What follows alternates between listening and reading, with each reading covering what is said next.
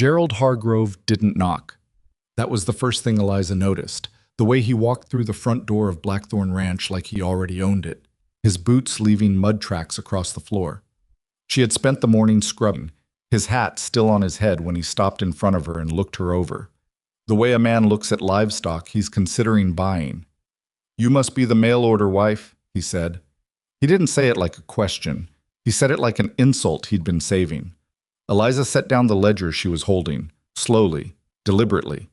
She looked at him without flinching, because she had learned a long time ago that the moment you flinch in front of a man like Gerald Hargrove, you have already lost. "And you," she said quietly, "must be the man who thinks walking into someone's home without permission is the same as owning it." Something flickered in his eyes. Not embarrassment. Men like him didn't embarrass easily. It was something colder. The first recognition that the woman standing in front of him was not going to be as simple as he'd assumed. He smiled anyway, because men like him always smiled when they were about to do something you wouldn't like. If you've ever stood in a room with someone who looked at you like you didn't matter, like everything you'd built, everything you'd fought for, everything you were, amounted to nothing more than an inconvenience to their plans, then you already know exactly how Eliza Whitmore felt in that moment. And if you want to know what she did about it, stay with this story until the very end. This channel carries the stories that don't get told anywhere else, the ones about ordinary people who did extraordinary things when the world gave them every reason to quit. If this is your first time here, hit that subscribe button right now because you do not want to miss what comes next. Drop a like and tell me in the comments, what city or country are you watching from? I want to see how far this story travels. Now, let's go back to the beginning. Because to understand what Eliza did in that room with Gerald Hargrove, you need to understand where she came from. And more than that, you need to understand what it cost her to get there. The stagecoach arrived in Greeley Flats on a Tuesday, which was the worst possible day to arrive anywhere in Wyoming in the autumn of 1882, because Tuesday was the day the weekly freight delivery came through, and the main road through town turned into a churning river of wagon wheels, shouting teamsters, and livestock that hadn't made up their minds about where they were going. Eliza pressed her face close to the small, smudged window of the coach and watched the town materialize out of the dust like something that hadn't quite decided whether to exist or not. A general store, a livery, a saloon with a hand-painted sign that someone had started and apparently lost interest in finishing, buildings that leaned against each other the way tired men lean against fences, not quite falling, but not exactly standing on their own either. She had seen worse. That was the honest truth, and it surprised her a little because she had expected Wyoming to feel more foreign than it did. Instead, it felt like every other struggling place she had ever known, full of people working too hard for too little, trying to hold things together with whatever they had available. She pulled her coat tighter and checked her bag for the third time, making sure the notebook was still there. The notebook was always the first thing she checked. Habit. When you've spent 3 years keeping a failing business from completely collapsing, you develop habits around the things that matter. The coach lurched to a stop, and the driver called out something she didn't fully catch over the noise of the street. She waited for the other two passengers, a hardware salesman from Denver and a heavy-set woman traveling to visit her daughter, to climb out first. Then she gathered her 2 bags and stepped down onto the wooden platform. The air hit her like a physical thing, cold and dry, and carrying the smell of cattle and wood smoke and something else beneath it, something mineral and sharp that she would later learn was just the particular smell of Wyoming dirt in autumn, but that in the first moment felt like the land itself was telling her something. She stood on the platform with her bags and looked at the town, and the town, in its various forms, looked back at her. She was not naive enough to think she had gone unnoticed. A woman stepping off a stagecoach alone, carrying 2 bags and dressed in clothes that were good quality, but clearly not from anywhere nearby. That was the kind of thing that got noticed in a town this size. She could feel the attention without looking for it. Peripheral eyes, conversations pausing. A woman standing in front of the general store said something to the woman beside her, and both of them glanced at Eliza with the particular expression that people use when they've already decided what they think and are just confirming it. Eliza had seen that expression before too. It didn't surprise her. It didn't particularly hurt her either, not in the sharp way it might have once. What it did was sharpen her focus, the way cold water sharpens you when you're half asleep. She noted it, filed it, and moved on. She had been told a man named Cotter would be waiting for her, one of the Blackthorn Ranch hands sent to collect her and bring her out to the property. She scanned the street and found him quickly because he was the only person standing still in all the noise and motion. Tall, somewhere past 50, with a face that had been outside in Wyoming for most of those 50 years. He held a sign with her name on it, written in careful, deliberate letters that suggested the writing had taken some effort. She walked toward him and watched him take in her appearance with the same careful blankness that experienced ranch hands use for everything, registering information without visibly reacting to it. "Miss Whitmore?" he said. "That's right." "I'm Cotter. I work for Mr. Blackthorn." He looked at her 2 bags. "That everything?" "That's everything." He picked up both bags without being asked, which she noticed and appreciated, though she would have carried them herself without complaint. He led her to a wagon hitched to a pair of solid brown horses that looked like they had spent their entire lives not being impressed by anything. The ride to Blackthorn Ranch took the better part of an hour, and Cotter used approximately 40 of those 60 minutes to say nothing at all. He was the kind of man who treated silence as a reasonable default, which Eliza found refreshing. She had spent enough time in rooms where people filled silence with words that carried no weight. She used the time to look. She watched the land change as they moved away from town. The scrubby buildings and muddy Main Street fell away behind them, and the country opened up into something that was genuinely, almost aggressively, large. Hills that rolled away in every direction. Stretches of dry grass that caught the afternoon light and turned it gold. Fences that ran alongside the road for long distances, and then turned away into the middle distance without explanation. She had studied maps. She had read whatever she could find about Wyoming before agreeing to come. But maps and books were one thing, and sitting in a wagon watching the actual territory unfold around you was a different thing entirely. You couldn't read your way into understanding scale like this. You had to sit in it. "How long has Mr. Blackthorn owned the ranch?" she asked, not because she didn't know. She had been given information, but because the way Cotter answered would tell her more than the facts themselves. He thought about it for a moment before answering. His father built it. Wade's had it about 12 years now since his father passed. "And it's doing well?" Another pause, longer this time. "Depends what you mean by well," Cotter said finally, and then returned to silence. She had her answer. The ranch itself appeared around a long curve in the road, and even from a distance it was clear that this had once been something that meant to announce itself. The main house was 2 stories, built from timber that had been expensive to haul out here, with a wide front porch and windows that caught the late afternoon light. Behind it spread the working infrastructure of a serious cattle operation: barns, bunkhouses, corrals, storage buildings, the kind of accumulation that represented decades of investment and labor.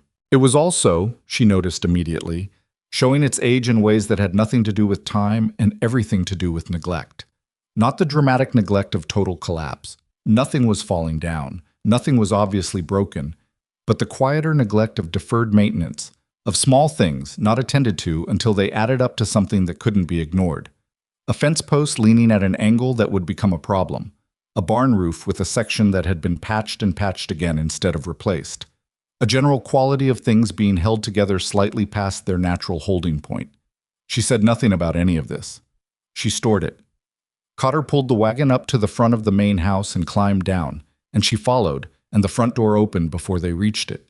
Wade Blackthorn was not what she had expected, though she had been careful not to expect too much in either direction. The correspondence between them had been brief and practical. She had written, he had replied. Both of them had agreed to the arrangement without either of them pretending it was something other than what it was.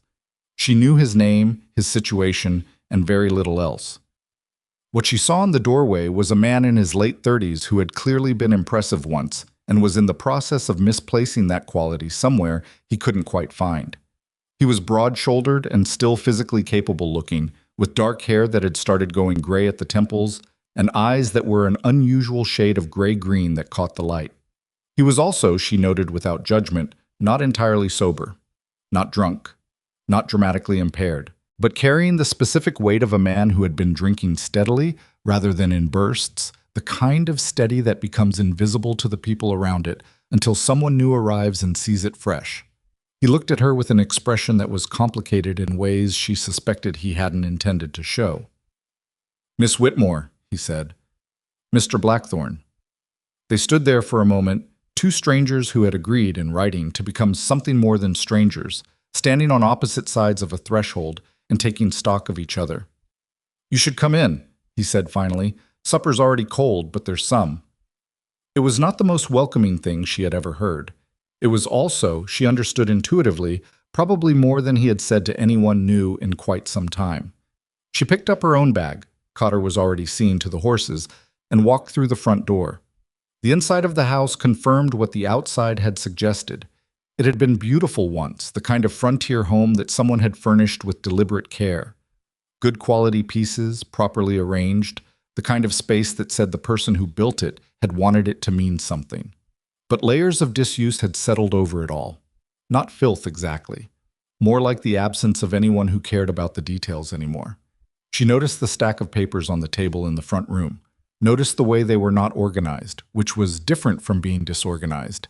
They had the look of papers that had been touched and moved and never addressed. She noticed the empty glass beside them. She noticed all of it and said nothing about any of it. They ate supper at opposite ends of a table that was designed for considerably more people, and the conversation moved in short, careful intervals, like two people navigating a room in the dark, feeling for furniture. He asked about her trip. She told him about it. He asked if the accommodations had been adequate. She said they had been. He offered more food. She accepted. Then silence again. A silence that wasn't hostile exactly, but had the quality of two people who had each gotten very good at being alone and weren't entirely sure what to do with company. After supper, he showed her to a room upstairs that had been prepared for her. A real bed, a window that faced east, a small desk in the corner that she suspected he'd put there because the correspondence had mentioned that she kept records.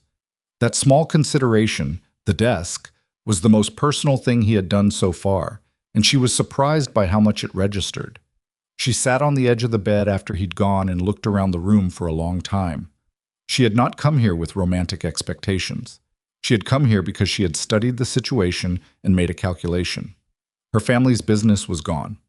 Her options in the East had narrowed in ways that were not entirely her fault, but were very much her problem. She was 27 years old, educated in practical ways that most women of her time were not allowed to admit, and she was not interested in pretending any of this was something other than what it was. But sitting in this room in a house that was struggling without knowing it, with a man who was lost without admitting it, she felt something she hadn't expected to feel. Not romance. Not yet, and perhaps not ever in the way people meant when they used that word. Purpose. She felt purpose. She felt the very specific sensation of arriving somewhere that needed exactly what she happened to be carrying. She opened her notebook and began writing. The next morning she woke before 5, which was her habit, and was already in the kitchen when the ranch cook arrived.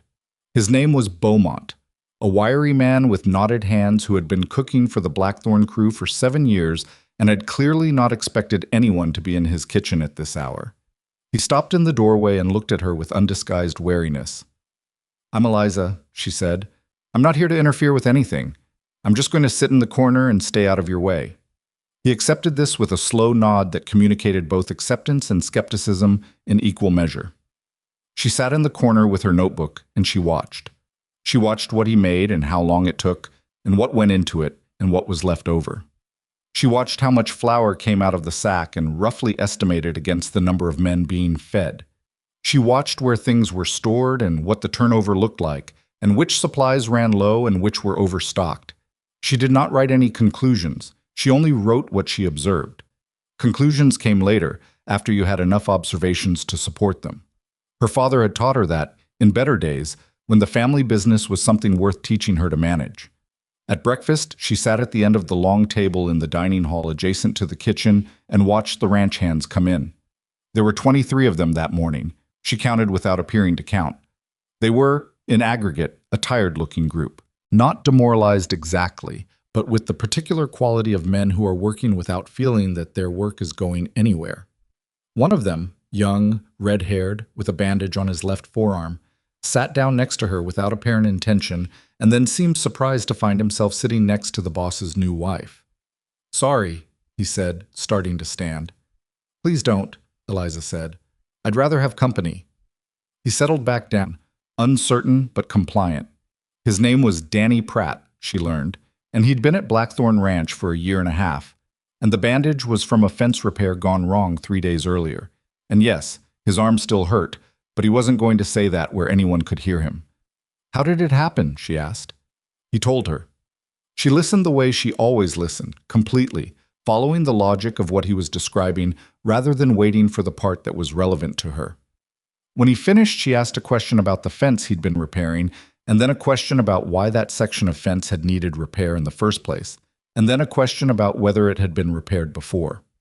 By the end of breakfast, Danny Pratt was telling her things about the state of the north pasture fencing that had nothing to do with his arm and everything to do with the maintenance schedule no one seemed to be following. She thanked him and meant it. That afternoon, she asked Cotter if he would walk her around the property. He looked at her with the same careful blankness he'd used at the stagecoach depot, but he agreed. They walked for 3 hours. She asked questions and he answered them, and she noticed that the quality of his silence changed as the afternoon went on. It became less guarded and more thoughtful, like a man who hadn't been asked his opinion about things in a while and was finding the experience more interesting than he'd expected. She saw the section of roof on the large barn that had been patched so many times the original material was barely visible. She saw the supply shed with the door that didn't close properly, which meant moisture when it rained. She saw a corral fence that was one good push from failing and a water trough that was developing a crack along the bottom seam that would become a leak within 2 months. She also saw something else. From the far northeastern corner of the Blackthorn land, on a rise that gave a clear view of the territory to the east, she could see, miles away, but unmistakably, the raw scar of a new road being cut across the landscape. And along that road, at several points, the clustered shapes of construction camps, tents and supply wagons, and the smoke of cooking fires. Railroad? She asked. They're surveying. Some say they'll be laying track through here by spring. How many men in a camp like that? Cotter considered it. Depends on the crew. 100, maybe more. She stood on that rise and looked at the construction camps and at the road between them and Blackthorn Ranch. And she thought about feeding 100 men 3 times a day with no competition within 20 miles. She thought about numbers. She was always thinking about numbers. That evening, she found Wade in the small office at the back of the house, sitting at a desk that was covered in papers that had the look of being important and unread. I was holding a glass but not drinking from it, which she was beginning to understand was almost its own category. Not drinking, but carrying the intention as a kind of armor. She knocked on the open door. He looked up with something that might have been relief or might have been its opposite. "Do you have a few minutes?" she asked. "I suppose," he said, which was what a man said when he didn't want to say no and hadn't decided about yes. She sat down in the chair across from his desk, not the deferential chair off to the side, but the direct one, the one that put them on either side of the desk like people conducting a meeting, and she set her notebook on her knee. "I've been making some observations," she said. "I'm not here to alarm you or to tell you how to run your business. You know this land and these people better than I ever will. But I see some patterns, and I'd like to share them with you, if you're willing." He looked at her for a moment with those gray-green eyes that were more alert than she'd seen them yet. "Go ahead," he said. She told him what she'd found in the accounts, which she had looked through that afternoon while he was out riding, with Cotter's tacit permission. She didn't editorialize. She stated figures. She stated what the figures implied. She did not tell him he was failing. She told him where the numbers went when no one was tracking them, which was a different thing. He didn't say anything for a long time. "You went through my books," he said finally. "I did," she said, without apology but also without aggression. "I should have asked first. That was my mistake." Another silence. "My father kept those books," Wade said. Not defensively, quietly, like something that had weight to it. "I could see that," she said. "The entries up to about 1877 are in a different hand, more organized." Something shifted in his expression, not quite grief, but something adjacent to it. He looked at the notebook in her hands and then back at her. "What are the patterns?" he said. She told him. She kept it factual, and she kept it brief, because she had learned that you could lose a person very quickly by telling them too much of a difficult truth at once. You had to give them what they could absorb and then stop. When she finished, he nodded slowly. He set the glass down. "And the railroad camps," he said, "I noticed them from the north rise. Everybody's noticed them. What has everyone been doing about them? A beat. Nothing, he said. I have an idea, she said. It's probably too direct and you might think it's beneath the ranch, but I'd like to tell you about it. He leaned back in his chair. Outside, the wind was picking up the way it did in Wyoming in autumn. Not gradually, but all at once, as if it had been waiting somewhere and had finally decided to arrive. Tell me, he said. She told him. He didn't respond immediately. He looked out the window at the dark for a while, and she let him look because some ideas needed space before a person could evaluate them. You want to sell food to railroad workers, he said. I want to create reliable income that doesn't depend on cattle prices or weather patterns, she said. The food is the method. The income is the point. People are going to think it's strange. People think a lot of things, Eliza said. The numbers won't care what people think. Wade turned the glass on his desk, slowly, end over end. Outside, the wind tested the window. All right, he said. She blinked. All right, she said. Try it, he said. But I want to see the numbers as you go. Every week. Real numbers, not estimates. Every week, she agreed. She stood up to leave, and at the door she paused because something had occurred to her that she thought should be said. Mr. Blackthorn, she said, your father built something worth keeping. I don't know why it got to where it is. I'm not asking, but I think it can be different, and I think you know that too. He didn't answer, but he set the glass on the shelf behind him, where it wasn't in reach, and picked up a pen instead. She walked upstairs and opened her notebook. She wrote, Day 2. He is not what he appears to be from the outside. This may be the most important thing. Then she turned the page and began writing numbers, projections, estimates, required materials, potential timeline. The scratch of the pen was the only sound in the room. Outside, the Wyoming wind pushed against the walls of Blackthorn Ranch with the patient, indifferent pressure of everything that didn't care whether you made it or not. She wrote until the lamp needed refilling. Then she refilled it and kept writing. The first wagon left Blackthorn Ranch before sunrise. Eliza had been awake since 4, which meant she had slept approximately 3 hours, which was 2 more than she'd expected. The pre-dawn kitchen was cold in the particular way of stone and timber buildings that hadn't been heated yet, a cold that got into your hands before anything else. And she worked through it without stopping, because stopping would mean thinking too carefully about everything that could go wrong, and she didn't have time for that particular luxury. Beaumont had agreed to help, which had surprised her. She'd expected more resistance. But when she'd laid out the plan to him 2 days earlier, laid it out plainly, without dressing it up, he had listened with his arms crossed and his expression giving nothing away, and then he'd said, You know how many men we'd be feeding? Starting with 30, she said. If it goes well, more. Starting with 30, he repeated, as if the number had a taste he was evaluating. You'd need an assistant. I'd need 2. I can get you one to start. He had uncrossed his arms, which she'd learned to read as the Beaumont equivalent of enthusiastic agreement. Now he moved around the kitchen with the efficiency of a man who had been doing this for decades, loading the wagon with the kind of systematic competence that didn't announce itself.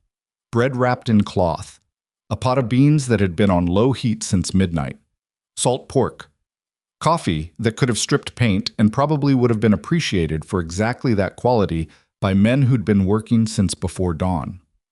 Cotter had gotten the wagon ready without being asked, which meant either Wade had said something to him or he'd simply decided on his own that this was happening and needed to be supported. With Cotter, it was sometimes impossible to tell the difference. Eliza climbed onto the bench seat beside Beaumont, and they pulled out of the yard just as the sky was beginning to lighten at the very edge of the horizon. Not light exactly, but the first suggestion that darkness was negotiable. You nervous? Beaumont asked. No, she said, which was a lie, and from the way he didn't respond, she suspected he knew it.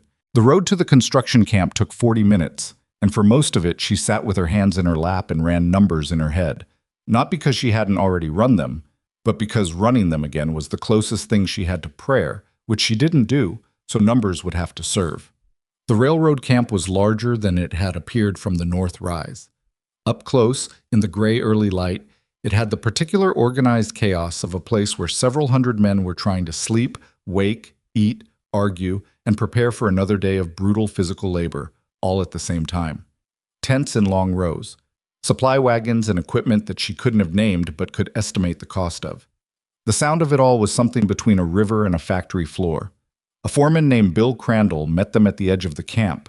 He was a heavy-set man with a red beard and the look of someone who had been dealing with logistical problems since approximately childhood and had made a kind of permanent peace with that condition. He looked at the wagon. He looked at Eliza. He looked back at the wagon. "You're the ranch wife," he said. "I'm Eliza Blackthorn," she said, which was the first time she'd used that name, and it felt strange in her mouth in a way she didn't entirely have time to examine. "I have coffee, bread, beans, and salt pork. I can have food ready in 20 minutes if you give me a fire and a flat surface." Crandall scratched his beard. "My men eat at 7. Then I'll be ready at 6:30. First come, first served." He looked at her for another moment, evaluating something she couldn't quite read. Then he said, 10 cents a meal. 12, she said, "and I'll be here every morning, rain or mud or whatever else Wyoming decides to do." He put out his hand. She shook it. By 6:45, she had a line. Not a polite, orderly line. It was more like a collection of men who had been pointed in a direction and told something was at the end of it. 30, 40, then closer to 60 as word moved through the camp, the way word always moved through places where men lived in proximity. Fast and not entirely accurate, but functionally sufficient. Beaumont worked the pots with the practiced speed of a man who had fed large numbers of hungry people under difficult conditions and had no patience for anything that slowed that process down.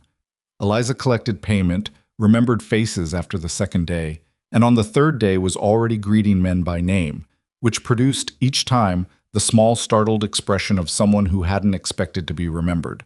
The first week they fed an average of 58 men per morning. The second week it was closer to 70. She kept every number. Every figure went into the notebook.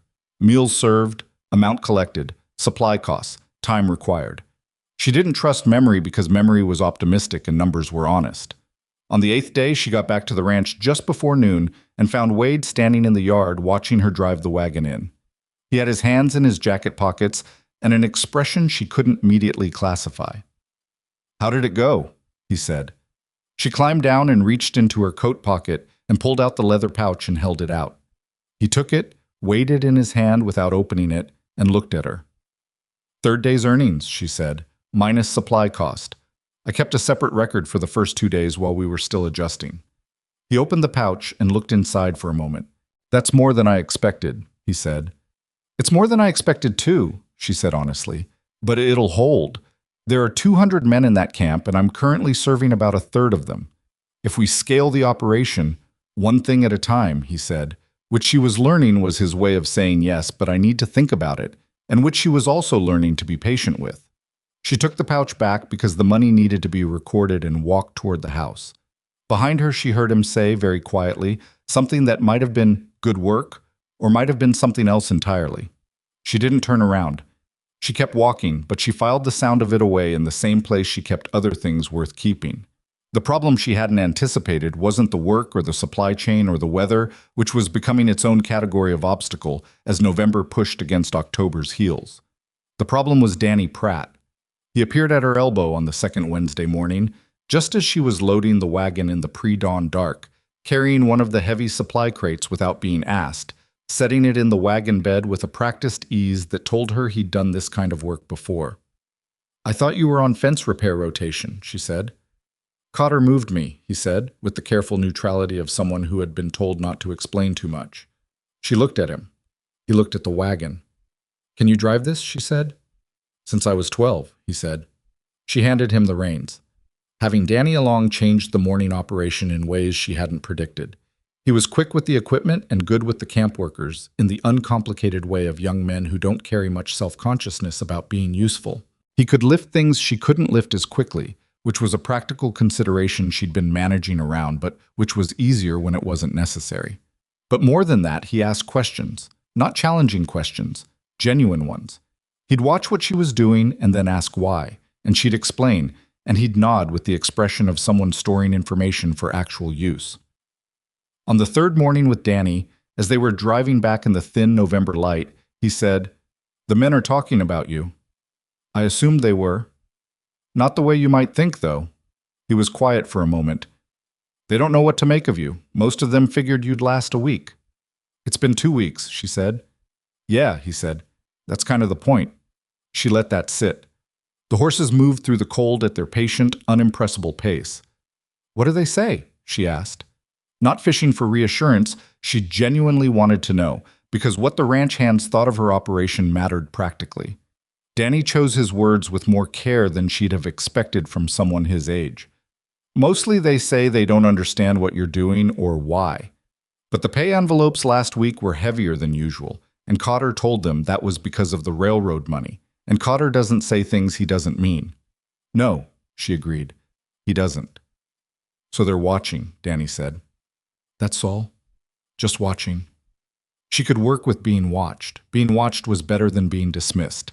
Dismissed meant no one was paying attention, and if no one was paying attention, you could do something significant and have it attributed to luck or accident or the weather. Watched meant your results would land somewhere. The results were landing.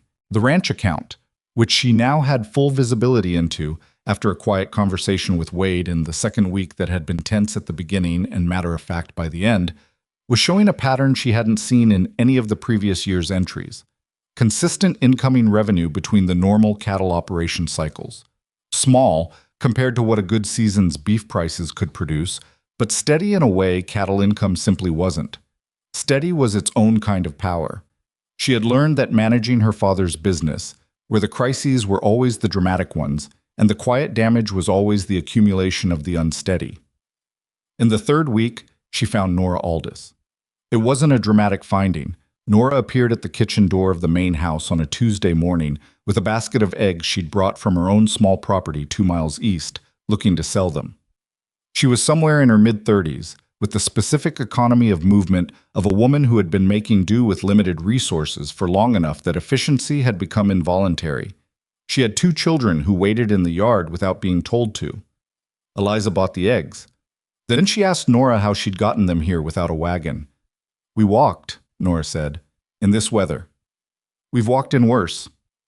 Eliza looked at her for a moment, at the practical competence in her face, at the way she held herself, which was the posture of a person who was managing but only just, and knew it, and had decided not to let it show more than necessary. Do you cook? Eliza asked. I cook for 3 people every day on a wood stove with inconsistent fuel supply, Nora said, with a dryness that surprised a short laugh out of Eliza. I have a wagon that goes to the railroad camp every morning, Eliza said. It needs another pair of hands. I can pay 40 cents a day, 6 days a week. You'd need to be here before 5. Nora's expression did something complicated for a moment. My children, she said. Can they be here at 5? Another pause. Evaluating, calculating, the way women who don't have the luxury of not calculating do. Yes, Nora said. Then they come with you, Eliza said. They can wait in the kitchen until the wagon goes. Beaumont won't mind. She paused. He'll pretend to mind, but he won't. Nora came the next morning at 4:45, which was 15 minutes early, with both children wrapped in every coat they appeared to own. The older one, a girl of about 9, stationed herself immediately in the corner Eliza had used on her own first morning in the kitchen, and began watching everything with the grave attention of a child who had learned to take the world seriously. Eliza saw herself in that child so clearly it was almost painful. She didn't say so. She just made sure there was something warm for the children to drink, and got on with the work. The harder problem was emerging in the background of all of this, and she was trying to get ahead of it without appearing to hurry. The supply costs were climbing, not dramatically, not in a way that would have alarmed someone who wasn't paying close attention, but steadily, in the particular pattern that she had seen before in her father's business. When an operation started showing consistent income, the people supplying that operation tended to notice, and when they noticed, prices had a way of adjusting upward in small increments that were individually unremarkable and collectively significant. She tracked every adjustment in the notebook. She tracked who the suppliers were, what they were charging, what alternative sources existed within reasonable distance, and what the cost differential would be if she switched. She built the picture slowly, over 3 weeks, before she said anything about it to anyone. When she finally said something, she said it to Wade. It was an evening in the 4th week, and they had developed by then a kind of irregular habit of working in the same room in the evenings. Her at the small desk in the front room with her notebook. Him at the larger desk in the back with whatever papers he was working through. It wasn't planned or discussed. It had simply happened, the way some things between people happen, by accumulation and the absence of objection. She knocked on the open door of his office, and he looked up from what he was reading. "The Calloway brothers are overcharging me on flour," she said, setting the notebook on his desk with the relevant pages open. "They started at fair market in week 1. They're now 22% above it." He looked at the figures. The change in his face was subtle, but she caught it. "They've done this before," he said. "I assumed. What did you do about it before?" He was quiet for a moment. "Nothing," he said. "What did your father do?" "He used Pembroke Supply in Cheyenne for bulk orders." He said it like he was remembering something that had been filed away somewhere dusty. "But that requires a 2-week lead time and a bigger order than I usually—" He stopped. "Than the ranch usually places," she finished for him. "But the operation now is bigger than what the ranch placed before." He looked at the numbers again. His jaw moved in the way it did when he was working something through. "I can place the bulk order," he said. "But I'd need the capital now, before the end-of-month draw." She reached into the notebook and pulled out a folded page and set it on top of the open one. It was a summary of the last 4 weeks' railway food operation income, net of costs. She had written the total at the bottom in ink slightly darker than the rest, not for emphasis. She'd been writing with a new pen. But the effect was the same. He looked at the total. He looked at her. "You're ahead of what I projected," he said. "We both are," she said. He looked back at the page. Outside, the wind had started its nightly argument with the walls of the house. One of the horses in the near barn shifted and knocked against something with a sound that carried clearly in the cold. "I'll write to Pembroke Supply tomorrow," he said. She picked up her notebook and turned to leave, and he said, "Eliza." She stopped. It was the first time he'd used her given name. She wasn't sure he'd noticed. "The desk," he said. "The one in your room. My wife, my first wife. She used to keep records too. Not the same kind, but she liked having a surface to work at." He stopped. "I wanted to mention that I knew it was there before you arrived, that I put it there on purpose." She stayed very still for a moment. "I noticed," she said. "Thank you." She went back to the front room and sat at the small desk and looked at the notebook for a while without writing in it. The cold came in earnest in the second half of November, and with it came the particular complications of running an outdoor food operation in Wyoming weather. The wagon canvas was not adequate. She redesigned the cover with Cotter's help, and 2 of the ranch hands who turned out to have carpentry skills that had never been formally called upon before. The result was not beautiful, but it held heat, which was the point. The camp workers noticed. Several of them mentioned it, in the way working men mention things they appreciate without quite being willing to say they appreciate them, sideways, through comparisons or complaints about other things that didn't have the same quality. One morning, a man named Ira Buell, who had been coming to the wagon every day for 3 weeks and hadn't said more than 10 words total in that time, stopped before he walked away from the line and said to her, "My wife used to make beans like that, from down in Missouri." "Where are you from?" she asked. "Started in Missouri," he said. "Going wherever the railroad goes, I guess." He walked away. It was the most he'd said. She put his name in the notebook, not for any practical reason, but because she had started keeping a list of small things that mattered, and Ira Buell from Missouri, who had not expected to taste something that reminded him of home in the middle of a Wyoming construction camp, belonged on it. The trouble started on a Thursday. She arrived at the camp to find a different energy in the place, a tension that was hard to locate precisely, but was unmistakably present, the way you can tell a room has been argued in even after the argument is over. The foreman, Crandall, met her at the edge of camp with his beard-scratching expression, which she had learned meant he was uncomfortable about something he hadn't decided how to say. "Had a visit yesterday," he said. She waited. "Man named Hargrove. Gerald Hargrove. He's a regional purchasing executive for the railroad. Comes through every few weeks to check the camps." Crandall paused. "He asked about your operation." She kept her face neutral. "What did he ask?" "Whether you had a contract with the railroad or whether you were just showing up." Crandall scratched his beard again. "I told him we had a handshake agreement and the men liked the food. He said that wasn't how things worked at a properly run operation." "What did you say to that?" I said the men eat better than they've eaten at any other camp I've run in 12 years, and the mood in camp is better, and that's not nothing. He looked at her directly. But he's coming back next week, and he had paperwork with him. She digested this. What kind of paperwork? The kind that creates official supplier arrangements, Crandall said, which, as I understand it, would replace unofficial ones.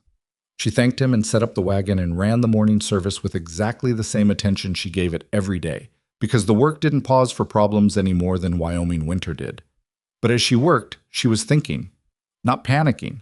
There wasn't any energy to spare for panicking, but thinking in the specific way she thought when she needed to understand the shape of something before it arrived. Gerald Hargrove. She hadn't heard the name yet, but she recognized the category. She had encountered his equivalent in her father's business, in the forms of men who arrived with paperwork and authority and the easy assumption that smaller operations existed primarily to be absorbed into larger ones at terms favorable to the larger one. She needed to know exactly what she was dealing with before she could decide what to do about it. That meant information, which meant asking questions, which meant using the network she had been quietly building without thinking of it as a network. She asked Crandall. She asked Danny on the ride back. She asked Cotter that evening, and Cotter, who was connected to the information flow of the territory in ways she was still mapping, knew a fair amount about Gerald Hargrove's reputation and considerably more than he initially let on. What she learned was not comforting, but it was clarifying, which she had come to prefer over comfort. Hargrove was not a man who asked for things twice. He was a man who asked once, received refusal, and then created conditions under which refusal became impractical. He had done this to at least 2 other small supply operations in the territory over the past 18 months, a hardware merchant in Casper and a feed supplier near Laramie, both of whom had eventually accepted his terms because the alternative had been made too difficult to maintain. She sat with this information in the front room that evening, not at her desk, but in the chair by the window, looking out at the dark. Wade came through at some point and stopped when he saw her expression. "What happened?" he said. She told him. All of it, including what Cotter had found out, including her own assessment of what was likely coming. He sat down, not at his desk. In the other chair, the one across from her, close enough that the lamplight caught his face clearly. He was quiet for a long time. "I know Hargrove," he said finally. "Not personally, but I know men who've dealt with him." "And?" "And he wins," Wade said, with the flatness of someone stating a fact rather than an opinion. "Usually." "Usually," she said. He caught the weight she'd put on the word. He looked at her with those gray-green eyes that were more alert than they used to be. Had been more alert for several weeks now, she'd noticed, correlated with the evenings they'd spent working in the same room, with the weight he'd put down that she hadn't yet found in the room, but that was visibly gone. "You have something in mind," he said. "I have the beginning of something," she said. "I need more time and more information." "How much time?" "A week, maybe less." She paused. "He won't move fast. Men who win usually don't have to." Wade nodded slowly.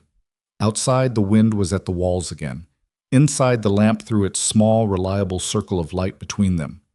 "Tell me what you need," he said. She opened her notebook to a clean page and picked up her pen. "I need to know everything about how the railroad's supply contracts are structured," she said. "Everything. Who holds them? Who approves changes? What the official process looks like versus what actually happens." "I can get some of that from the land office. They've had dealings with the railroad." "Good." She was already writing. "And I need to know what Hargrove actually has the authority to do versus what he implies he can do. Those are usually different." "Also usually significantly different," Wade agreed, with the first trace of something that might have been dry humor, which was new and which she noticed without marking it. She kept writing. The pen moved across the clean page and left marks that meant something, that would mean something, that were the beginning of a shape she could not yet fully see but could feel the outline of, the way you feel the outline of a piece of furniture in a dark room before your eyes adjust, and you can see it clearly. She would see it. She would find its edges and its weaknesses and its points of leverage, because that was what she did, and she was very good at it. And Gerald Hargrove, who had won usually, had not yet encountered the particular combination of things that was currently sitting at a desk in Blackthorn Ranch, making notes by lamplight. But he would. The information from the land office arrived on a Friday, brought by Cotter in a leather satchel with the particular careful expression he used when he was carrying something he understood to be important but didn't entirely understand the content of. Eliza was in the kitchen with Nora when he came in. She took the satchel to the front room desk, told Nora she'd be back in an hour, and began reading. It took her closer to 3. What the document showed her was not surprising exactly, but it was more complicated than she'd anticipated, and complicated things took longer to map properly. The railroad's official supply contract structure had 3 tiers: primary, secondary, and provisional. Primary suppliers were locked in through central office agreements negotiated in Chicago. Secondary suppliers were regional, approved by a district manager. Provisional suppliers, the category she currently operated in, informally, existed in a gray space that the official documents acknowledged in one paragraph and then spent the rest of their length failing to define clearly. That lack of definition was either a problem or an opportunity, depending on what you could do with it. She pulled the notebook close and began building a chart. Not the numbers kind, but the relationship kind, the kind her father had taught her to draw when she was trying to understand how power moved through a system. Who approved what? Who could block whom? Where the official process and the actual process diverged, because they always diverged, and the divergence was always where the leverage lived. By the time the lamp needed refilling, she had a shape. It was incomplete, and she knew it was incomplete, which was important. An incomplete map that you knew was incomplete was useful. An incomplete map you thought was finished was how people walked off edges. She needed 2 more pieces of information. One was the name of Hargrove's district manager, the person above him in the structure, because no matter how much authority Hargrove implied he had, someone had given it to him and could, under the right circumstances, limit it.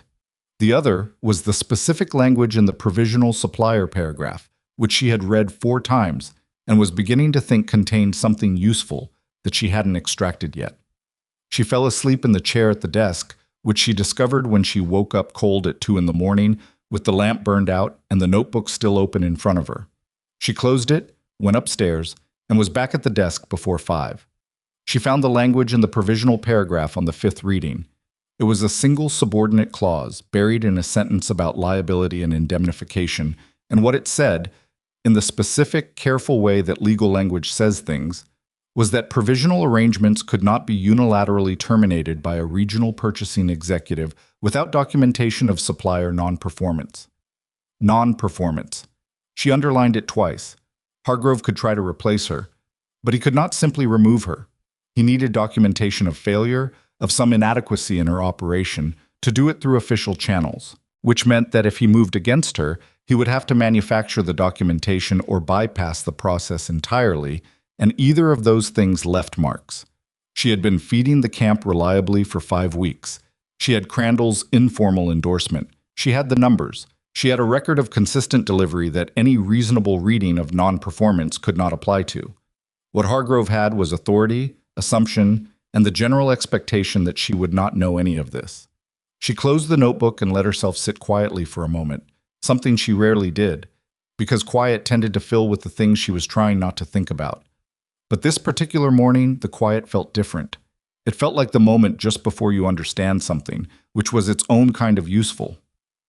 She thought about her father, about the afternoon when she was 14 and he had sat her down at the kitchen table of their house in Pennsylvania and explained with the patient honesty of a man who loved his daughter more than he wanted to protect her from difficulty that the business was losing money. Not in the dramatic way, in the quiet way. And that the people they owed money to were more sophisticated than they were. And that sophistication was a kind of power that didn't require muscle or volume. She had asked him what they could do. He had said, "Understand the rules better than the people using them against you, because the rules are usually written to protect both sides. The people with power just count on the other side not reading them." She had read them. Gerald Hargrove arrived on a Wednesday. She knew he was coming because Crandall had sent word through Danny the day before, a folded note that said only Thursday. "He'll want to speak with you." She had thanked Danny, added the note to the collection in the notebook's back pocket, and spent Tuesday evening reviewing everything she'd compiled. Wade had wanted to come with her. They'd had the conversation on Monday evening. Not an argument, but a tense exchange that had the shape of one. "I can handle the meeting," she said. "I know you can," he said, which surprised her enough that she almost missed what came next. That's not why I want to be there. Hargrove doesn't respond well to women conducting business independently. It's not fair, but it's true. And you knowing it's not fair doesn't change how he's going to walk into that room. She considered this. She considered it carefully, because it was the kind of consideration that had two wrong answers and possibly one right one. If you're there, she said slowly, he'll direct everything to you. He'll ignore me even though I'm the one who knows the numbers. And then the meeting becomes about two men negotiating, and I become the wife, Wade said. Yes. He was quiet. What if I'm there, he said, but I don't speak first. I don't open anything. I let you run the room, and I'm just present. Will you be able to stay quiet if he starts pushing? A pause. Honest, which she'd come to appreciate about him. Probably not indefinitely, he said. That's what I thought. Eliza. He said her name the way he'd started saying it, not formally, not as a marker, but as a kind of specific address, meaning, I'm talking to you specifically, and I want you to hear it. He's going to try to intimidate you. That's what he does. And I don't mean that I think you can't handle it. I mean that I don't want you to have to handle it alone if there's another option. She looked at him for a long moment. The lamp between them threw its usual reliable light. Come, she said, but if you speak before I ask you to, I will be annoyed with you. Understood, he said. She wasn't sure she believed him entirely, but she let it stand. Hargrove arrived at the camp at mid-morning. Eliza had been there since 5:30. Normal schedule, nothing changed, because changing your schedule for a man who was coming to pressure you was the same as letting him set the terms before the conversation started. She saw him from across the camp. He arrived in a private coach, which was already a statement. Not a company wagon, not a horse, but a private coach with a driver and a second man who wore a suit and carried a leather case and had the look of someone whose entire professional existence was the production and transport of documents. Hargrove himself was not what she'd built in her imagination. She'd been expecting someone physically imposing, because men who moved through the world the way Cotter described him tended to use physical presence as part of their equipment. Instead, he was moderate in almost every dimension. Medium height, medium build, somewhere in his late 40s, with a neatly trimmed mustache, and the kind of careful, well-maintained appearance that communicated less about wealth and more about the consistent exercise of control over small things. His coat was good quality. His boots were clean in a construction camp, which required ongoing effort. He shook Crandall's hand with the practiced ease of someone who spent his professional life managing first impressions. Then he looked across the camp and saw her at the wagon, and something in his expression shifted in a way that was very small and very telling. He'd known she would be here, but knowing and seeing were different, and what she read in that brief shift was the adjustment a man makes when the thing he's been told about doesn't quite match his expectation. She was younger than he'd anticipated, maybe, or calmer. She had learned to be very calm in situations that required it, the same way you learn to move slowly around animals that startled easily. The meeting happened in Crandall's camp office, a large tent with a plank table and several chairs and a wood stove that worked approximately half the time and was currently in an off cycle. Hargrove took the chair at the head of the table without waiting to be directed to it, which she'd expected. The document man sat to his right. Crandall sat to his left, in the manner of someone who lived in this space but understood that today it belonged to someone else. Eliza sat directly across from Hargrove. Wade sat one chair to her right, exactly as they'd agreed, present, visible, and quiet. Hargrove looked at Wade for a moment, then at Eliza, then back to his document man with the brief expression of someone recalibrating. Mrs. Blackthorn, he said, directing it at her with the slight emphasis on the title that meant he'd decided to work with it rather than around it, which was its own kind of signal. Mr. Hargrove, she said, thank you for making the time. Of course. He opened the leather case himself, rather than letting the document man do it, which meant he wanted to control the pacing. He set a sheaf of papers on the table and arranged them with the same attention to small things his clean boots suggested. I wanted to discuss the provisioning arrangement you've been running with this camp. We appreciate the initiative. The men have spoken well of the food. A pause, precisely calibrated. However, the railroad has formal processes for supplier arrangements, and what you've been doing falls outside those processes. I'm aware of the formal processes, Eliza said. Something barely perceptible moved across his face. Then you understand that a provisional arrangement of this kind needs to be formalized or discontinued. I understand that's one reading, she said. A brief silence. Hargrove looked at her with the expression of a man who is adjusting his approach without wanting to appear to adjust. What other reading is there, Sut? He said pleasantly. The provisional supplier language in the standard railroad contract structure, she said, specifies that existing provisional arrangements cannot be unilaterally terminated by a regional purchasing executive absent documentation of non-performance. She kept her voice even, not triumphant, because triumphant was its own kind of mistake. I've been serving this camp for 6 weeks. I have complete records of every transaction, every delivery, and every day of operation. Foreman Crandall can speak to the quality and consistency of the service. By any standard definition of non-performance, my operation doesn't qualify. The silence that followed this was a different quality from the one before it. The document man looked at Hargrove. Hargrove looked at Eliza. Crandall looked at the wood stove with the focused attention of someone who had decided to be elsewhere mentally. Wade looked at his hands, which were folded on the table, and she was grateful for that, because if he'd looked at her, she wasn't sure she could have held her composure through it. "Where did you get the contract language?" Hargrove said, not pleasantly this time. Still controlled, but the pleasantness was gone, and what was beneath it was harder. "The land office filed copies," she said. "They're public record." He looked at her for a moment that went on slightly longer than was comfortable. She held it. "You've done your homework," he said. "I try to," she said. He straightened the papers in front of him unnecessarily. It was the first uncontrolled gesture she'd seen from him, the kind of small movement that happened when a person needed a moment. "What I can offer you," he said, when he was done straightening, "is a formal secondary supplier arrangement, consistent monthly income, guaranteed through the railroad's purchasing structure. It would professionalize what you're doing and give you security you currently don't have." She had known this offer was coming.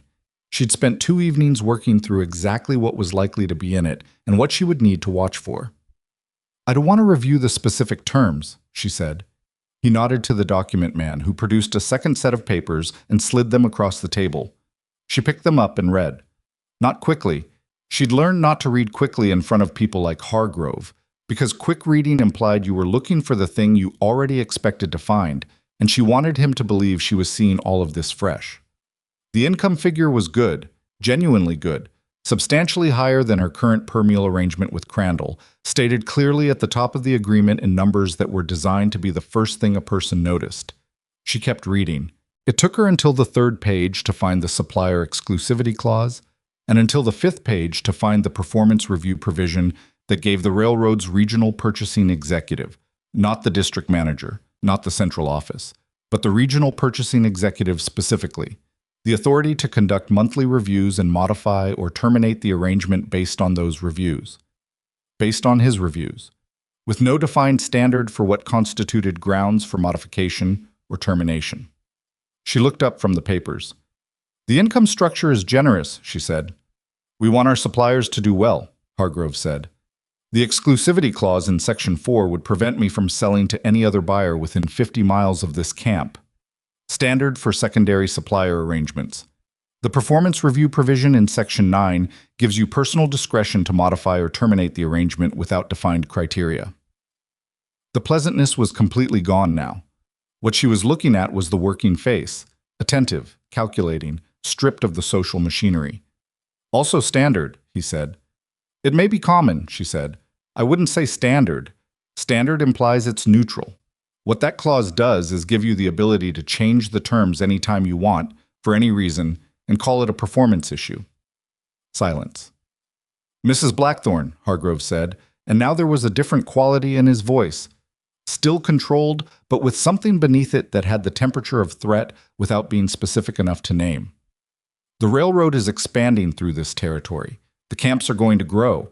The opportunity I'm presenting is significant. Most people in your position would be grateful. Most people in my position don't read Section 9, she said. She heard from Wade's direction the very quiet sound of an exhaled breath.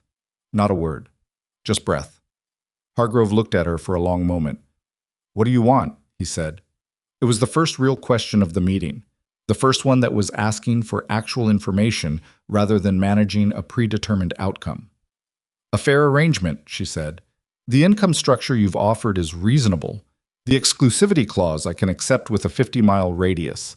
The performance review provision needs to have defined standards, agreed to by both parties, with a neutral third-party review process if there's a dispute. The railroad doesn't use third-party review. The railroad might consider it for a supplier who has 6 weeks of documented clean performance and whose product your workers stand in line for at 6:30 in the morning.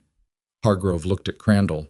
Crandall, who had been studying the wood stove throughout, appeared to feel the weight of the attention and looked up.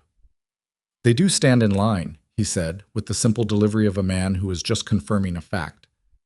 Hargrove looked back at Eliza. She met it. I'll need to consult with my district manager, he said finally. Of course, she said.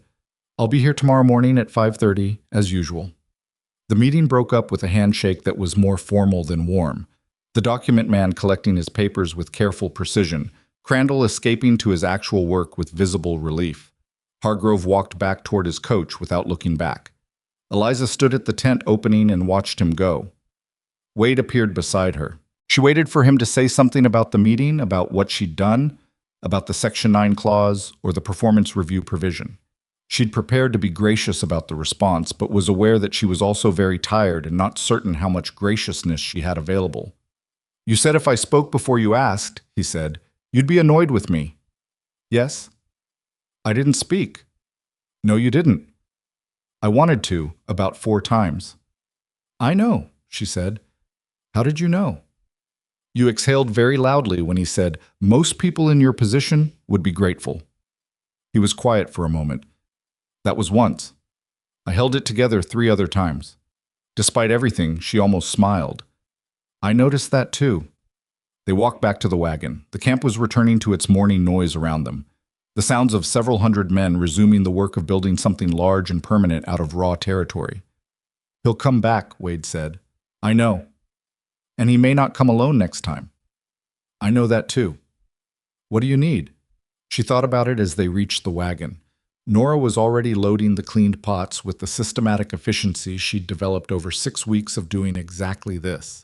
Danny was checking the horse harness with the focused attention he brought to everything mechanical. Time, she said, and the district manager's name. Cotter might be able to find it. Ask him tonight. She climbed onto the bench. Danny took the reins. Nora settled beside her with the children arranged in the wagon bed behind them, the older girl already watching the road ahead with her usual grave attention. They drove back through the cold with the morning light fully arrived now, stretching long across the frozen ground and finding every edge and surface and making things visible that the dark had held. She did not allow herself to feel that she had won. She had won a conversation. That was different. The retaliation started 11 days later and came from a direction she'd partially anticipated and partly hadn't. The first sign was small enough that she might have missed it if she'd been less attentive. A flower delivery, 2 days late. She tracked it in the notebook, noted it, asked Beaumont if there was an explanation, and found none. The supplier offered apologies and a partial credit, but no clear cause for the delay. The second sign came 4 days after that. The wagon's rear axle cracked on the road back from camp, a clean fracture that Cotter examined with the particular quiet expression he used when something wasn't adding up. That axle was replaced 3 weeks ago, he said. New wood. This doesn't crack new wood. What cracks new wood? She asked. He showed her the fracture point. She looked at it without knowing what she was looking for, but she looked, because sometimes looking at a thing even without expertise told you something. Somebody cut it, Cotter said quietly to the air. Nobody was around to hear it except her. She stood there in the cold with the broken axle and let that sit in her for a moment. Not fear, not yet, but something adjacent to it. The cold recognition that the situation had moved from a business negotiation into something with a different quality. She told Wade that evening. He went very still in the way she'd learned to read as the particular stillness of controlled anger. Not the explosive kind, the held kind, which he understood was in some ways harder to maintain and in some ways more dangerous. Hargrove, he said. I don't know that. You think it's coincidence? She didn't. But she also knew that what she thought and what she could demonstrate were 2 different things, and conflating them was how people made mistakes. I need documentation, she said, not assumptions. Eliza. He said it with the specific tone he used when he thought she was being precise to a fault. Wade. She used the same tone back, which was new, and they both registered it. If I go after Gerald Hargrove on an assumption and I'm wrong, or even if I'm right but I can't prove it, I lose everything I've built and I hand him exactly the narrative he needs. That I'm an emotional woman who makes accusations she can't support. She paused. I need proof, which means I need to keep operating while he moves against us, and I need to document every single thing that goes wrong. He was looking at her in the way he'd started looking at her in recent weeks, with attention that had no particular agenda in it, just attention, the way a person looks at something they're still figuring out. What do you need from me? He said. Someone needs to watch the supply shed and the equipment barn at night, she said. Not dramatically, not armed, just someone present who will remember what they saw if it matters later. I'll talk to Cotter. Discreetly. Cotter doesn't know how to do anything else. She almost smiled again. It was happening more often than she'd expected. The watching began that same night, and it was Danny Pratt, insomniac by nature, according to Cotter, who took the first watch and the second, sleeping in 3-hour windows that he apparently found entirely adequate in a way that baffled everyone around him. 3 nights later, he found a man at the edge of the supply shed. He didn't stop the man. She had specifically said not to, because stopping someone created a confrontation that was hard to document and easy to deny. He watched the man, noted everything about him, followed him as far as the edge of Blackthorn property before turning back, and in the morning gave her the most precise verbal description she'd ever received of a person she'd never seen. Medium build. Town clothes, not ranch work clothes. A hat with a particular dent in the crown that she thought she might recognize if she saw it again. He'd gone east on the road toward Greeley Flats. She added the description to the notebook on a fresh page with the date and time, and Danny's account written in careful, full sentences, not notes. She dated it and had Danny make a mark at the bottom that constituted his attestation. Why are we writing it down like this? Danny asked. Because a verbal account is a story, she said. A documented account is evidence. Stories disappear. Evidence tends to be harder to argue with. He looked at the page for a moment. My school teacher would have liked you, he said. She kept building the record. The late flower delivery, with the supplier's written apology. The axle, with Cotter's technical description of what the fracture pattern indicated. The attempted access to the supply shed, with Danny's account. She built it methodically, without rushing, because a record built in a hurry looked like a record built in a hurry, and she needed this one to look like what it was. The careful documentation of a sustained pattern. Meanwhile, she kept showing up at the camp every morning at 5:30. She kept feeding the crews. She kept the numbers and shared them with Wade every Sunday evening at the kitchen table, going through the week's figures in the specific way they'd developed. Her presenting, him asking questions, both of them arriving at conclusions that neither of them could have reached alone. Those Sunday evenings had become something she hadn't planned for and didn't quite have a category for. They weren't domestic exactly, and they weren't a business meeting. They were something in between, something that had its own rhythm now, and she had stopped being surprised by how much she relied on them. On the 3rd Sunday of December, Wade looked at the week's figures and then looked at her and said, "We should talk about what happens after." She set down her pen. After what? After this thing with Hargrove resolves, one way or the other. He wasn't looking at the numbers anymore. He was looking at her. You've been here 2 months. When I agreed to this arrangement, I told myself it was practical. I needed someone to manage what I wasn't managing. You needed a situation that wasn't what you'd left. That's all accurate, she said carefully. It's also not all of it anymore, he said. At least not from my side. He paused, and she had the sense of a man pushing through something that didn't come easily. I don't want you to be here because it's practical. I want you to want to be here, and I don't know if you do. The lamp between them, the fire in the stove. Outside, the Wyoming December had settled into the particular stillness of very cold nights when the wind takes a rest. She looked at him for a long moment. I want to be here, she said, but I want to be here for the right reasons, and I'm not entirely sure yet what all the right reasons are. He nodded. Something that might have been relief but was also something else moved across his face. Fair enough, he said. It's not a refusal, she said. It's honesty. I know, he said. I think that might be why. They stayed at the table for another hour, not talking about the numbers and not talking about themselves either, but talking about the ranch, about the north pasture and the spring cattle schedule, and whether the east barn roof could be properly repaired before February or whether it would have to wait. It was mundane and specific and real, and she found, when she finally went upstairs, that it had left her feeling something she hadn't felt in a very long time. Not solved, not safe, but held. Hargrove came back on a Thursday, 9 days before Christmas, and this time he did not come to the camp. He came to Blackthorn Ranch. He arrived mid-morning, without announcement, in the same private coach. This time the document man was not with him. Instead there was another man, older, heavier, with a territorial marshal's badge on his coat that caught the winter light when he stepped down from the coach. Eliza saw them from the kitchen window. She had a moment, a single private moment where her stomach dropped in a way she hadn't let it drop since the first morning she'd driven to the camp. And then she straightened, set down the cup she was holding, and walked to the front door. She opened it before they could knock. Hargrove looked at her with the flat, working expression she'd last seen across Crandall's camp table. "Mrs. Blackthorn," he said, "we need to speak." "Come in," she said. The marshal, his name, she would learn, was Briggs, looked around the front room with the professional neutrality of a man who catalogued environments as a matter of habit. Wade appeared from the back hallway. He looked at the badge and back at Hargrove and held himself very still. "Mr. Hargrove," he said, "Mr. Blackthorn." A pause. "Marshal Briggs is here in an official capacity. There's been a complaint filed regarding certain supply arrangements that may constitute interference with railroad commerce under territorial statute." The room was very quiet. Eliza was aware of her notebook on the desk in the corner.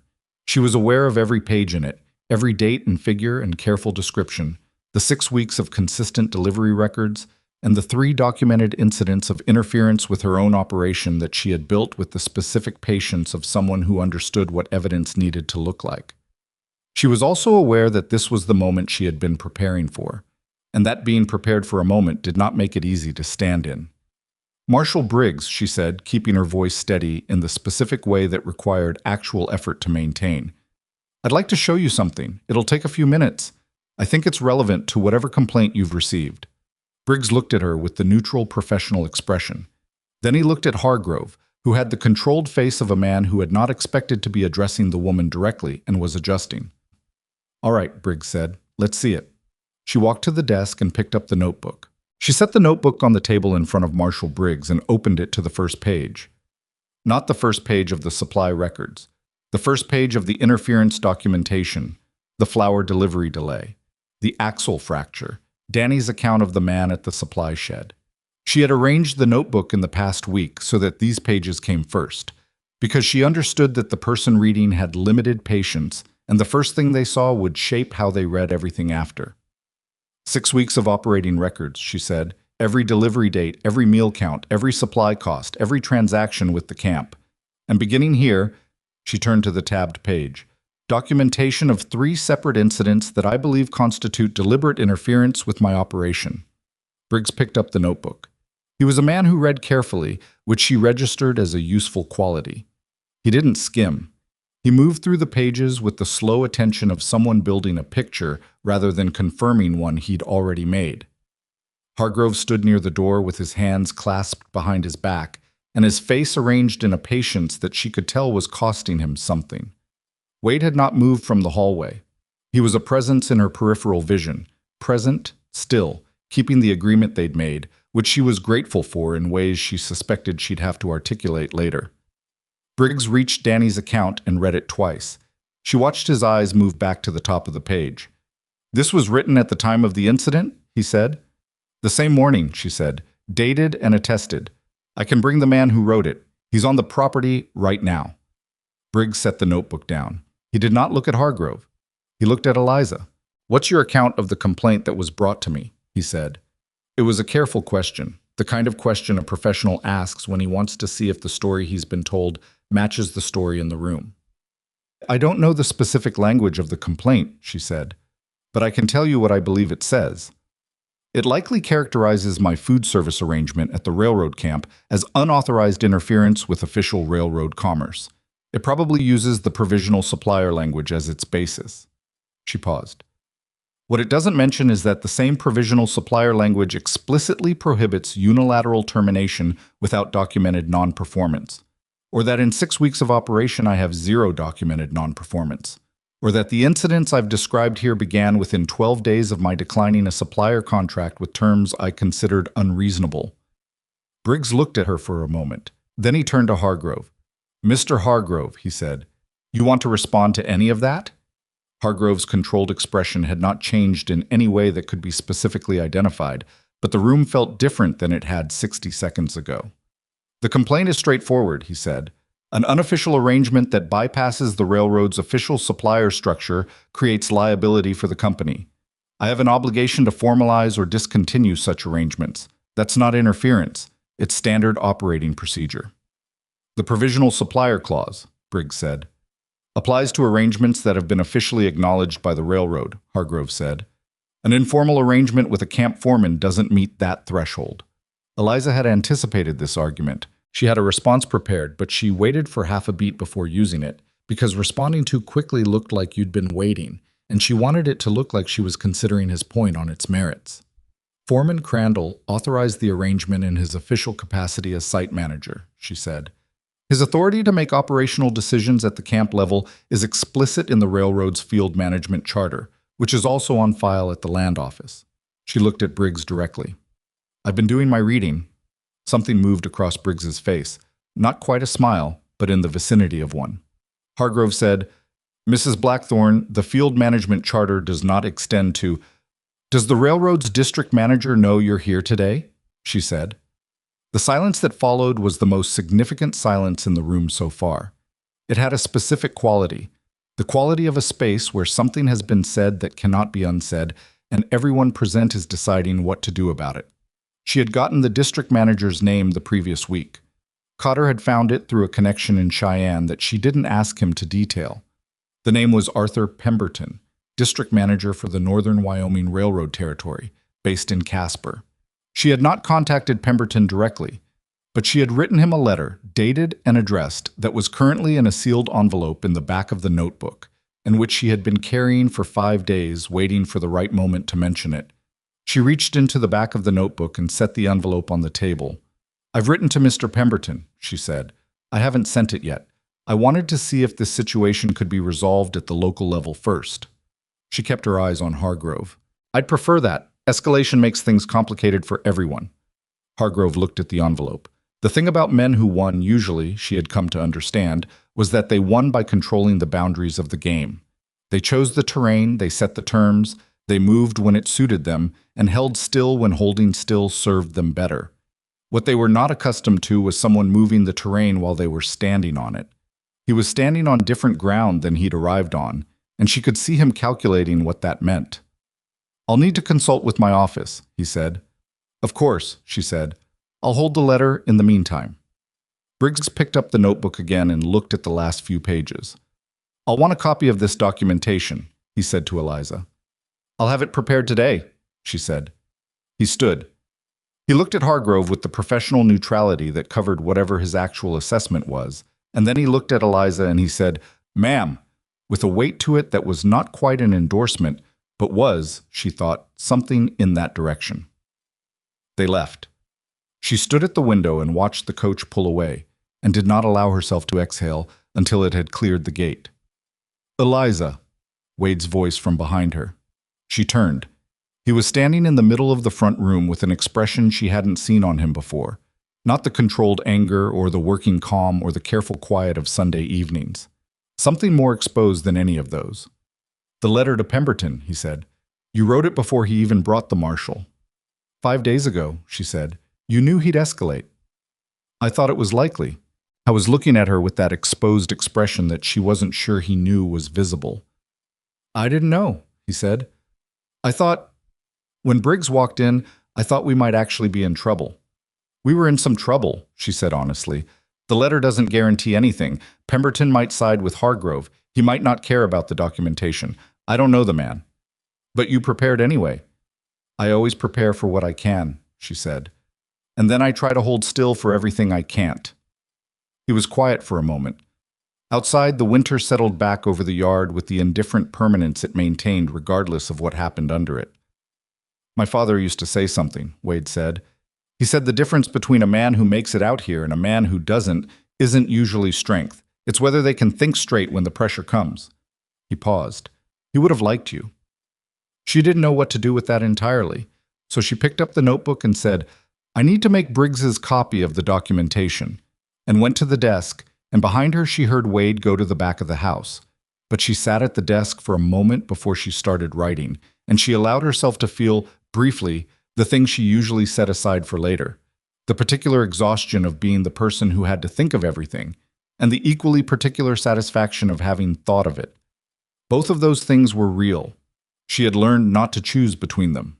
The consultation with Hargrove's office took 11 days, which was 7 days longer than she'd been told to expect, and 4 days into what she'd prepared for. During those 11 days, she kept the morning wagon running without interruption. Nora appeared every morning before 5. Danny drove. Beaumont cooked. The camp workers stood in their irregular lines in the winter dark and collected their food and went to work. On the 4th day, Crandall told her that one of the camp supervisors had started taking a morning head count specifically to track her arrival time. She asked why. Because you haven't missed once, Crandall said, with the slight surprise of someone who had expected differently. In weather like this, with everything else going on, you're still here every morning. Men notice that. She hadn't thought about it as something to notice. She thought about it as a commitment she'd made. On the 8th day, Ira Buell, the quiet man from Missouri, who had spoken to her once about Beans and his wife, approached the wagon at the end of the morning service and stood for a moment without saying anything. She waited. I heard you're having trouble with the railroad man, he said. Word traveled through camps the way it traveled everywhere, incompletely and quickly. She kept her expression neutral. I'm handling it, she said. I've worked for 3 different railroad outfits, Ira said. Hargrove came through on the last one, too, in Nebraska. He paused. He shut down a good operation there. Small family, running a supply store near the camp. Had it done in 6 weeks. She looked at him steadily. What did they do wrong? Nothing wrong. They just didn't have anyone on the inside who could push back. He scratched the back of his neck. I just wanted you to know. If there's something I can do, something a worker can say that would help your case, there are men here who'd be willing. She stood very still. This was not something she'd anticipated, and unanticipated things required more careful handling than anticipated ones, because the momentum behind them was harder to assess. That means more than I can say, she said. I may take you up on it, but only if it becomes necessary, and only if the men understand exactly what they'd be doing. We understand what we're doing, Ira said. This wagon's the reason the camp feels like something other than a work site. That matters. He walked away. She watched him go and thought about what it meant to build something that mattered to people without having planned to build anything other than a viable business operation. She told Wade that evening. He listened without interrupting, which was one of the things about him that had grown on her. The capacity to actually listen, not just wait for his turn. You should talk to the district manager yourself, he said when she'd finished. I've been thinking about that. Not another letter. Go to Casper. In person. She'd been thinking about that too. The letter was a document. A document could be filed. A person in a room was harder to set aside. It's 2 days' travel each way, she said. I know. The wagon. Nora can run the morning service. Danny will drive. Beaumont doesn't need you there to cook. He said this matter-of-factly, not as an argument exactly, more as a statement of the facts as he'd assessed them. You've built it to run without you for a few days. That was always going to matter eventually. She looked at him. You think it's ready? She said. I think you made it ready about 2 weeks ago and haven't acknowledged it because you've been focused on Hargrove. He wasn't wrong. She had been focused on Hargrove. But she had also, she realized, been avoiding the acknowledgement that the operation she'd built had become something that other people could sustain, because acknowledging that meant looking at what came next, and what came next was a larger question than the immediate crisis. I'll go Monday, she said, if you can arrange the travel. I'll talk to Cotter. She nodded. Then she said, I want you to come. He looked at her with a question in it. Not to speak for me, she said. I'll do the talking. But Pemberton doesn't know either of us. Walking in as a married couple with a ranch behind us is a different thing than walking in alone. You'd use it strategically, he said. Not a criticism, more like recognition. I'd use every legitimate thing available to me, she said. Yes. He almost smiled. It was becoming one of her favorite things, that almost smile, the one that he didn't quite let finish because he'd spent enough years being the only one in the room that complete expressions had become a kind of spending he wasn't accustomed to. Monday, he said. The road to Casper in December was one of those experiences that defied the kind of description that made it sound manageable. It was simply very cold, for a very long time, in a vehicle that was better than nothing but was not heated. She wore everything she owned that was practical, and Wade rode beside her with the Wyoming-born tolerance for cold that she was still trying to develop and suspected she might never fully achieve. They talked more on that road than they had in the same amount of time at the ranch, which surprised her. Something about the confinement and the cold and the uninterrupted hours stripped the social management out of conversation and left things more direct. He told her about his father, which was the first time he'd said more than a sentence about the man, about how the ranch had been built on 20 years of his father getting up before the sun and not stopping until the dark came back, and how he'd watched all of that and wanted it. And then when it was his, he'd found that wanting a thing and being ready for it were genuinely different, and he hadn't known that until he'd already discovered the hard way. When did you stop? She asked. She didn't clarify what she meant, and he understood that she didn't need to. After Clara died, he said. Not easily, but steadily, the way you say something that has been said enough times inside your own head that the outside version is possible. It was my second year with the ranch. We'd had a bad season. She'd had a harder one with her health. And when she was gone, he paused. I didn't quit all at once. It happened slowly, which was almost worse. You don't notice slow things until they're far along. I understand that, she said. My father's business was the same. We didn't see it until the damage was already most of the way done. What was the business? She told him. She hadn't talked about it in full before, not the details.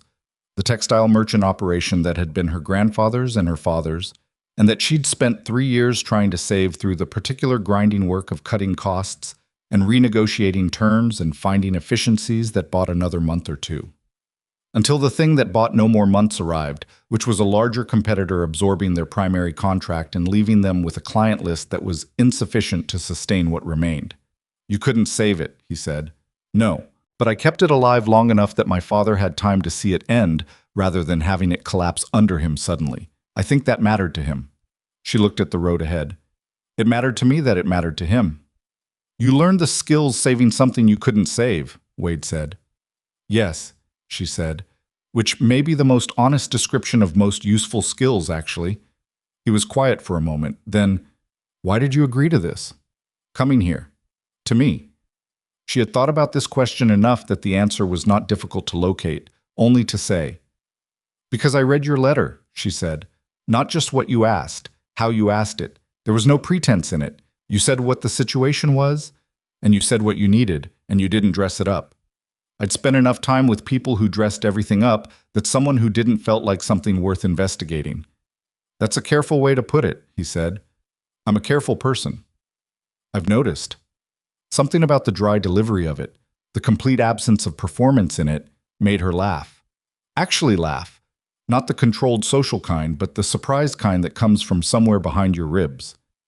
He looked at her with something on his face that she didn't try to name. They arrived in Casper in the early afternoon of the second day and found a hotel that was adequate, which in Casper in December meant it had heat and the beds were level. Eliza spent the evening reviewing her documentation, and Wade spent it doing something with paper and a pen that she didn't ask about because she could see he was concentrating. In the morning, he showed her what he'd written. It was a summary, a clear, spare summary of the Blackthorn Ranch's standing, the acreage, the cattle operation, the current account status, the railroad food service as a secondary revenue line. He'd written it as if introducing themselves to someone who knew nothing, and he had done it in 2 pages without wasting a word. For Pemberton, he said. She read it. It was good. It was better than good. It was honest in the precise way that made honesty useful, presenting the ranch as a serious operation without overclaiming anything that could be checked and found wanting. Where did you learn to write like this? She said. My father made me practice, he said. He said if you couldn't write it plain, You didn't understand it plain. She added it to the front of her documentation folder, and they went to meet Arthur Pemberton. The district manager's office was on the second floor of a building that the railroad had recently constructed for exactly this kind of administrative presence. New enough that the wood still smelled of sawdust under the heating stove, well appointed in the way of offices that needed to project authority without projecting excess. A secretary showed them in after a 15-minute wait that she used to review her documentation one final time. Pemberton was older than she'd expected, somewhere in his 60s, with white hair kept very short and a face that had the settled quality of a man who had been making difficult decisions for a long time and had made his peace with the fact that difficult decisions were the job. He did not stand when she entered, which could have been a slight or could have been the habit of a very busy man. She decided not to assign it meaning and moved on. He looked at them both, assessed, and said, "Mrs. Blackthorn." "Mr. Blackthorn, sit down." She gave him the documentation folder. He read it the way Briggs had read the notebook, carefully, without rushing. He paused at Danny's account of the man at the supply shed. He paused again at the tabulated 6-week operating record. When he set it down, he looked at her over his reading glasses. "You've put this together carefully," he said. "I try to," she said. "Gerald Hargrove has been with this railroad for 11 years, Pemberton said. "He's effective. He knows the territory."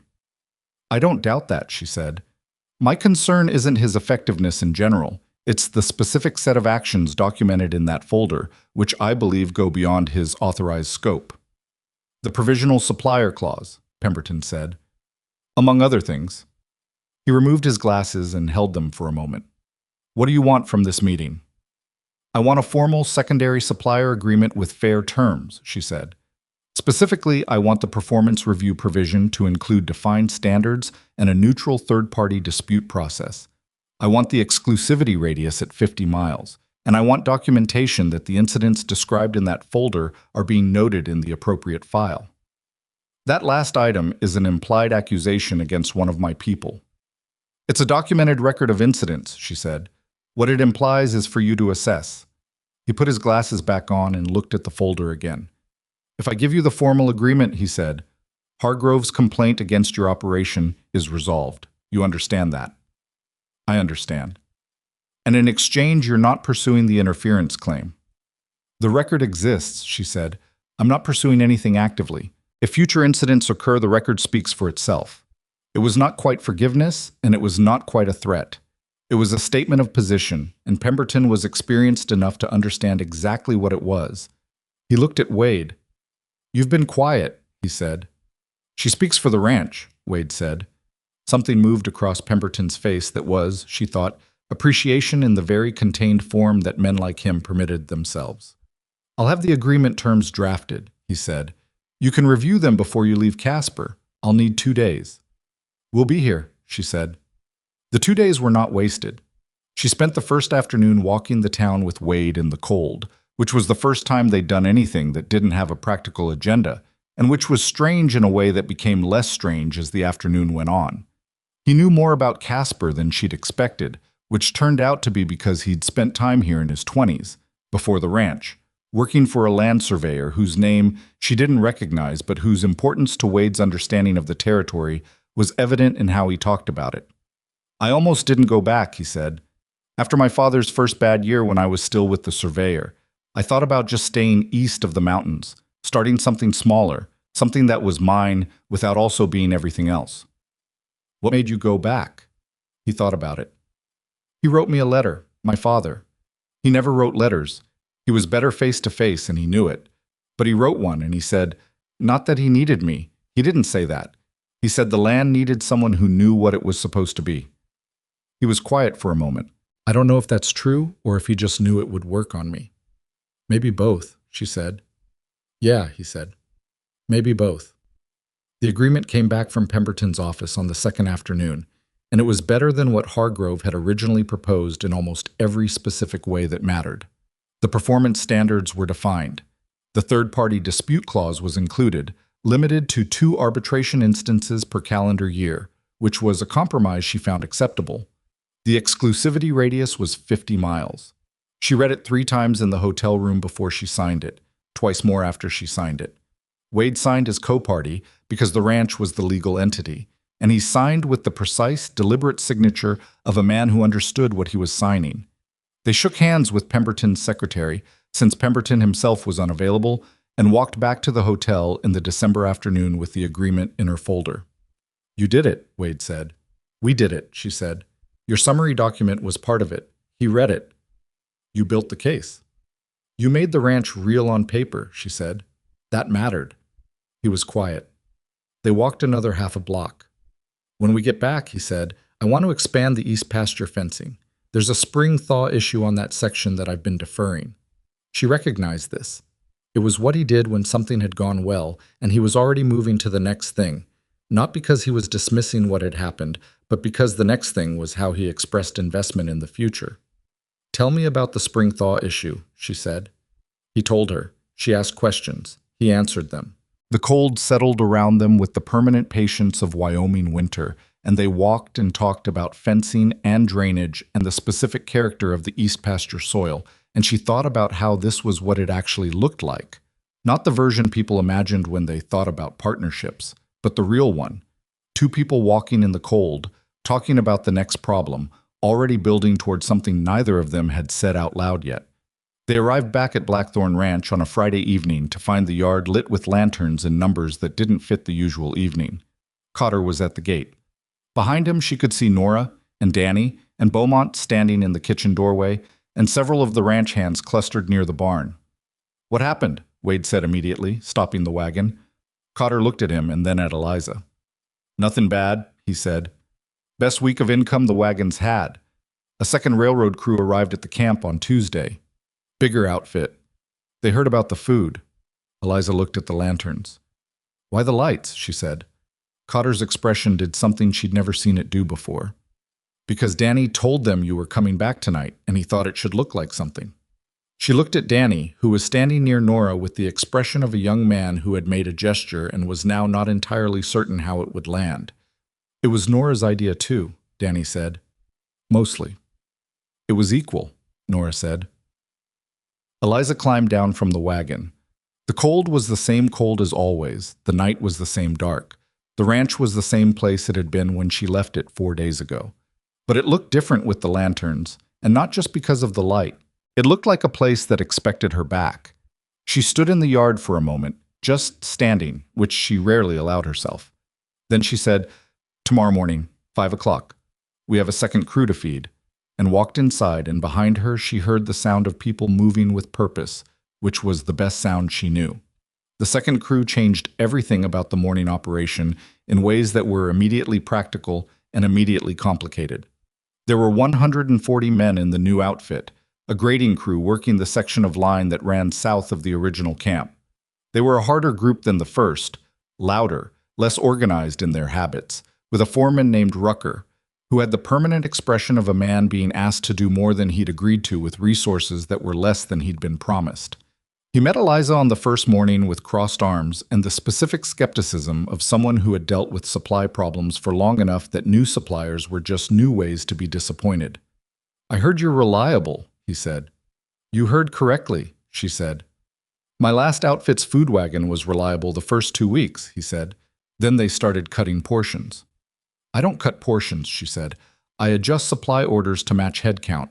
If the portions change, I'll tell you why before it happens, not after." He looked at her for a moment with the evaluating expression of a man deciding whether to believe something. "All right," he said, which was Crandall's same word but with different weight behind it. More provisional, more watchful. She had anticipated the operational challenge of serving 2 camps and had spent the evenings before returning from Casper building the supply projections in her notebook. What she hadn't fully anticipated was the physical demand of it. The expanded headcount meant longer service windows, which meant earlier starts, which meant she was waking at 3:30 most mornings now instead of 4. And the 3:30 mornings had a quality that 4 o'clock mornings didn't. A kind of deep cold and deep dark that wasn't hostile exactly, but wasn't welcoming either. Nora noticed. Nora noticed most things, which Eliza had come to rely on in the same unconscious way she relied on Cotter's information and Danny's driving. "You're not sleeping," Nora said on the third morning of the expanded operation, not as a question. "I'm sleeping enough," Eliza said. You said that about eating last week and then you forgot breakfast twice. I didn't forget. I deprioritized. Nora gave her the look she reserved for statements that were technically accurate and practically wrong. I'll eat, Eliza said. Before the wagon leaves, not while it's moving, Nora said. You spilled coffee on the supply record last Tuesday, and then you spent 20 minutes trying to reconstruct the entry. She had in fact done exactly that. You're very observant, she said. I have 2 children, Nora said. Observing is a survival skill. Eliza ate before the wagon left. It was not a dramatic concession, but it was a real one, and real concessions, she had learned, were how you maintained something over time rather than running it into the ground. The operation settled into its expanded rhythm over the following 2 weeks, which was January now, deep winter, with temperatures that made every morning a negotiation between what needed to happen and what the body wanted, which was to stay near anything warm. The wagon canvas held. Beaumont, who had said nothing directly about the expanded operation, had simply begun arriving 15 minutes earlier each morning without discussion, which was his own kind of statement. The ranch accounts showed the difference. She reviewed them with Wade on the first Sunday of the new year, and the figures on the page were different in kind from the figures she'd shown him 4 months ago. Not just higher, but more stable, with the specific pattern of reliable income that she had been trying to build since the first morning she'd driven out to that camp in the dark. The east pasture fencing, she said, when they'd gone through the numbers. I know, he said. We have the capital now. And the barn roof. I talked to Cotter about it last week. He has a man who can start in February if the weather allows. She wrote both items in the notebook. Then she looked at the page for a moment, at the list of things that could now be done, that couldn't have been done 5 months ago, that existed because she had spent 5 months getting up before the sun and refusing to be moved. What else? Wade said. She looked up. He was watching her with the attention she'd become accustomed to, not evaluating exactly, more like the way you watch something you found to be reliably interesting and haven't run out of finding that way. I want to talk about Nora, she said. They talked about Nora. What Eliza wanted was to formalize her role, not just wages, but a defined position with a defined stake in the operation. What she had in mind was a revenue-sharing arrangement rather than a flat daily wage. Nora would receive a percentage of the net income from the service she ran, which would currently be more than the daily wage and which would grow as the operation grew. That's not how ranch employment works, Wade said. No, she said. It's how partnership works. He was quiet for a moment. She'd need to understand the risk, he said. If a bad month comes, she understands risk better than most people we know, Eliza said. She walked 2 miles in November to sell eggs. She's been here every morning since I offered her 40 cents a day. She understands how this works. Wade looked at the figures on the page. Draw it up, he said. Show me the terms. She drew it up the following evening and showed him the terms, and they adjusted 2 items and left the rest, and she brought the resulting document to Nora on a Wednesday morning before the wagon loaded. Nora read it at the kitchen table with both children nearby, the older girl at her lesson book, the younger one asleep against the table leg in the particular way of very small children who could sleep anywhere. Nora read slowly, the way she did everything that mattered, and when she finished, she set the document down and was quiet. This is more money, she said. If the operation continues on its current trajectory, yes. And I'd be responsible for the second cruise service. With Danny driving and Beaumont supplying the food, you'd manage the operation at the site. Nora looked at the document again. Her expression was one of those complicated human expressions that have several things in them at once and can't be reduced to one word, something that was wanting and caution and something older than both. My husband told me before he died, she said without looking up from the document, that I'd need someone to take care of me, that I couldn't manage alone. She paused. He meant well. He was scared for us, and he meant well. Eliza waited. I've been managing alone for 2 years, Nora said. I know, Eliza said. Nora picked up the pen from the table and signed the document with the deliberate motion of someone who had made their decision before they picked up the pen and was just completing the physical portion. She pushed it back across the table. I'll need the headcount projections for February, she said. I'll have them for you by Friday, Eliza said. The thing that Eliza had not told anyone, not Wade, not Nora, not Cotter, not the notebook, which got most things, was that she had been waiting for something to break. Not in a catastrophic way. In the specific way that things broke when you pushed them too hard for too long without adequate support. She had been waiting for the morning she couldn't get up at 3:30, or the calculation she got wrong because she was too tired, or the supply decision she made in haste and paid for in the kind of mistake that cost more than it should. It didn't come as a collapse. It came as a Tuesday in the middle of January, when the temperature dropped to a point where the air felt like it had intentions toward you. And she was standing at the wagon trying to get the heating setup working, and her hands were shaking badly enough that she couldn't manage the fastening. And Danny came around the side of the wagon and gently took the fastening from her hands and did it himself without saying anything. She stood back and let him. It was such a small thing. She had been holding everything so tightly for so long that a small thing could reach a place that larger things couldn't, and she stood there in the 3:30 dark, with her hands still shaking from the cold, and felt something she hadn't let herself feel since the stagecoach pulled into Greeley Flats, the full weight of all of it, everything she'd been carrying and managing and refusing to put down. She didn't cry. She was too cold and too practical for that. But she stood there for a moment, just standing, while Danny finished the fastening with his easy competence and didn't look at her in the way people look at you when they're waiting for you to collect yourself. He just moved to the next thing that needed doing. She had hired that young man to drive a wagon, and he had quietly become something else. The kind of person who understood when to help and when to let you be, and which of those things you needed at any given moment. She thought about what she might do to make his situation better than it currently was, and added it to the list she kept in the back of her mind of things that deserved attention when there was space for attention. The ride to the camp that morning, she said to him, "You're good at this." "Driving?" he said. "All of it," she said. "The driving and the other things." He was quiet for a moment, in the way of someone who had not been told this directly before and wasn't sure how to hold it. "My father thought I wasn't good at much," he said. "Your father was working with incomplete information," she said. He almost laughed. Not quite, but almost. February came. The barn roof got repaired, which required 8 days of work and cold that made the project actively unpleasant for everyone involved, and produced a result that was solid and weathertight and represented the first major structural repair on the Blackthorn property in over 3 years. Cotter inspected it with the expression he used when something had been done correctly, and he didn't want to be effusive about it, which meant he said, "That'll do," and walked away, which everyone who knew him understood was high praise.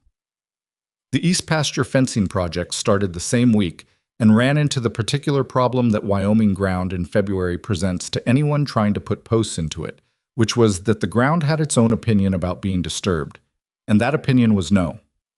The crew adapted, the timeline stretched, the cost stayed within the projection Eliza had built, because she had padded the projection by 20% on Cotter's advice, which was one of the best decisions she'd made that had cost her nothing except listening. Wade rode out to check the fencing progress every other day. She noticed that he rode out with the hands now, not separately. That somewhere in the past several months, the quality of his presence on the property had changed from a man maintaining an obligation to a man engaged in something he'd reconnected to.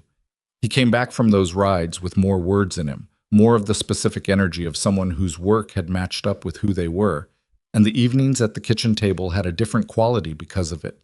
She noticed these changes without pointing them out, because pointing them out would have been a kind of ownership over his process that she didn't have and hadn't asked for. It was March before Hargrove's name came back into the picture, and when it did, it came from an unexpected direction. Cotter brought her a letter on a Thursday morning that had come through the land office, forwarded from the railroad district office in Casper, written on Pemberton's official letterhead. She read it at the kitchen table before the wagon loaded. Gerald Hargrove had been reassigned. The letter didn't use the word disciplined or transferred under pressure or any of the other words that would have been more satisfying and less professional. It said reassigned to a district in Colorado, effective the 1st of March, and it informed her that a regional contact for the supplier agreement would henceforth be a Mr. Henry Lace, whose credentials and contact information were listed at the bottom. She sat with the letter for a moment. She had never wanted Hargrove punished exactly. That had never been the goal. The goal had been to continue operating, to secure fair terms, to document what had been done to her operation and put that documentation somewhere it would matter. What Pemberton had done with it after that had been Pemberton's business. But sitting with the letter in the winter kitchen, she felt something she would not have predicted. Not satisfaction, not triumph, not even relief exactly. More like a particular settling, the way a load that's been slightly off balance for a long time adjusts to center. Something that had been held at low-grade tension for months released. And what was under the tension was just the ordinary texture of the work. The wagon, the numbers, the Tuesday mornings, the notebook. She told Wade that evening. He read the letter, set it down, and picked up his coffee cup. Pemberton didn't have to tell you, he said. No, she said. He chose to. That's its own thing, Wade said. It was. She had thought about what it meant. A man like Pemberton, with dozens of decisions to make, taking the time to ensure she knew the outcome. It meant he had read the situation clearly and wanted her to know he had. It was a form of acknowledgement that didn't require an audience, which was the kind she trusted most. She put the letter in the back of the notebook with Danny's account and the other documents she'd accumulated. The notebook was nearly full. She would need a new one soon. It was on a Sunday in the middle of March that the thing happened that she hadn't planned for and couldn't have, which was that she and Wade ran out of practical things to discuss at the kitchen table and kept sitting there anyway. They had covered the week's figures, the lace introduction letter she'd drafted, the second crew's performance numbers, the East Pasture fencing completion timeline, and the supply order for the following month. They had covered all of it, and there was nothing left that required the table and the lamp, and both of them, and yet neither of them stood up. The fire in the stove made its usual sounds. Outside, the March wind was doing the thing March wind in Wyoming did, which was negotiate with the remnants of winter for possession of the air, and the result was noisy and indeterminate and probably going to end in winter's favor for at least another few weeks. I want to ask you something, Wade said, and I want you to answer it honestly, even if the honest answer is complicated. She looked at him. Are you staying? He said. Not the arrangement, not the practical arrangement, you. He held her eyes. Is Blackthorn Ranch where you want to be? Not where you're willing to be or where you've decided makes sense, where you want to be. She sat with the question. She sat with it the way she sat with hard numbers, not rushing toward a conclusion, but actually following the logic to wherever it went. She thought about the stagecoach arriving in Greeley Flats in October, and the calculation she'd made then, and what she'd expected. She thought about the first morning in the kitchen watching Beaumont work. She thought about Nora signing the document with that deliberate pen motion, and Danny taking the wagon fastening from her hands in the dark, and Ira Buell talking about his wife's beans. She thought about the letter from Pemberton, and the East Pasture fencing, and the barn roof that was now solid and would hold through next winter and the winter after that. She thought about what it felt like to sit at this table on Sunday evenings. Yes, she said. He nodded slowly. Not with relief exactly, or not only with relief, with something quieter than relief and probably more durable. I need to tell you something, he said, about what I thought when you first arrived. What did you think? I thought you'd last 2 months, he said. I thought you were capable. You had a capable look about you, but I thought the country would send you back. The weather, the work, the loneliness of it. He paused. I thought I was being practical by writing for a wife, but I'd already decided it wasn't going to work. I'd already decided nothing was going to work. What changed? She said. He thought about it honestly, the way he thought about things that mattered. You went through my books without asking, he said, and then you told me you'd done it and you didn't apologize, but you also didn't pretend it was fine. You just stated it as a fact that had happened and that you'd been wrong about the method.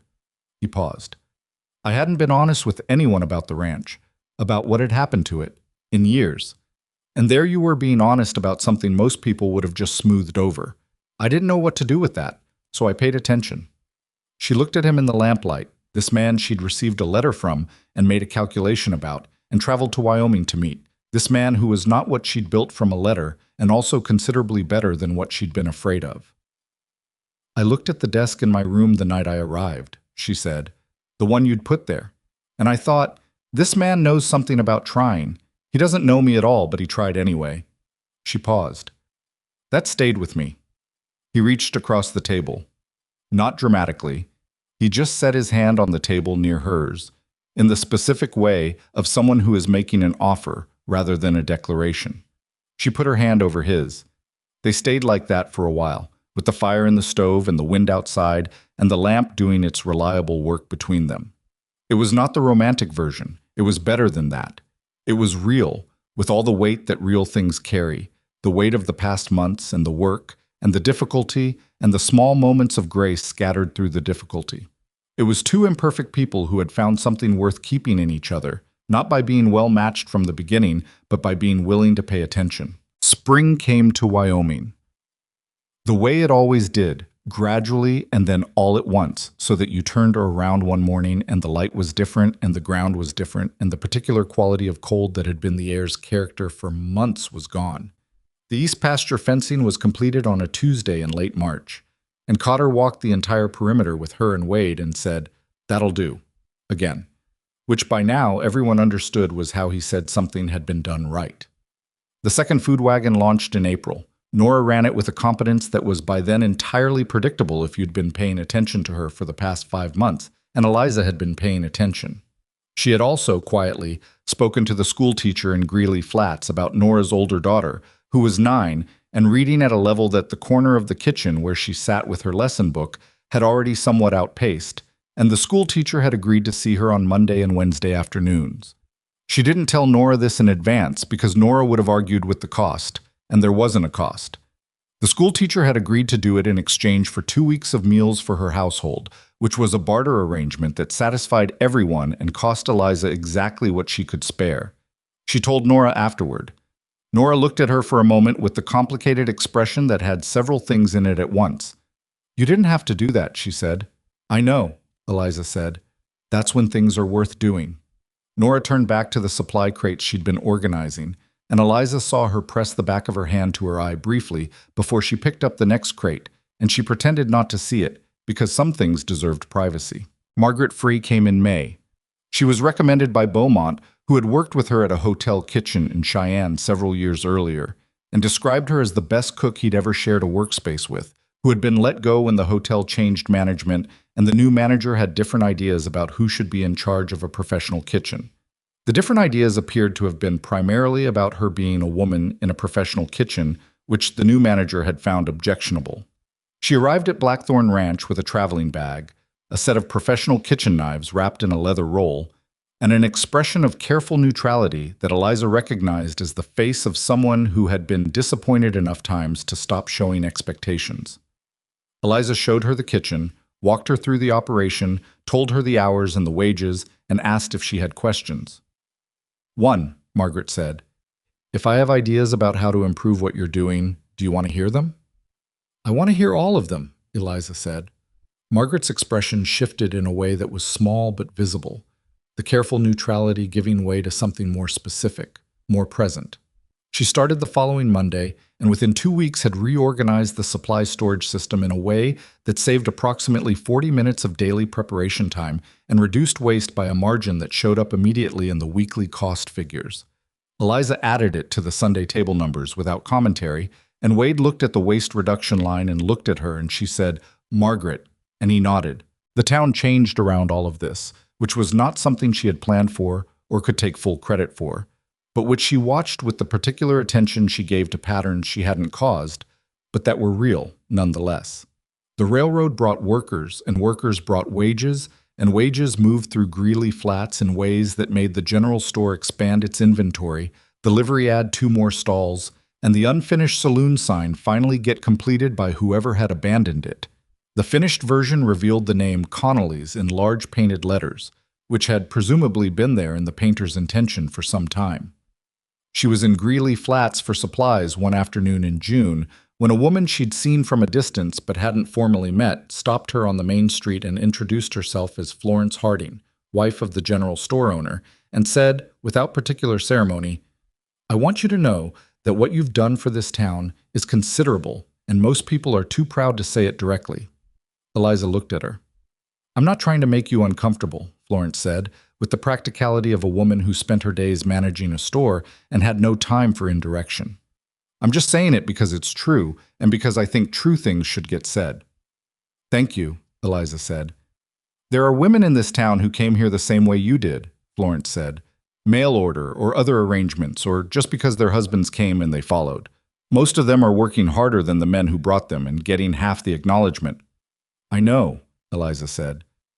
What you've done has made some of them think differently about what's possible, Florence said.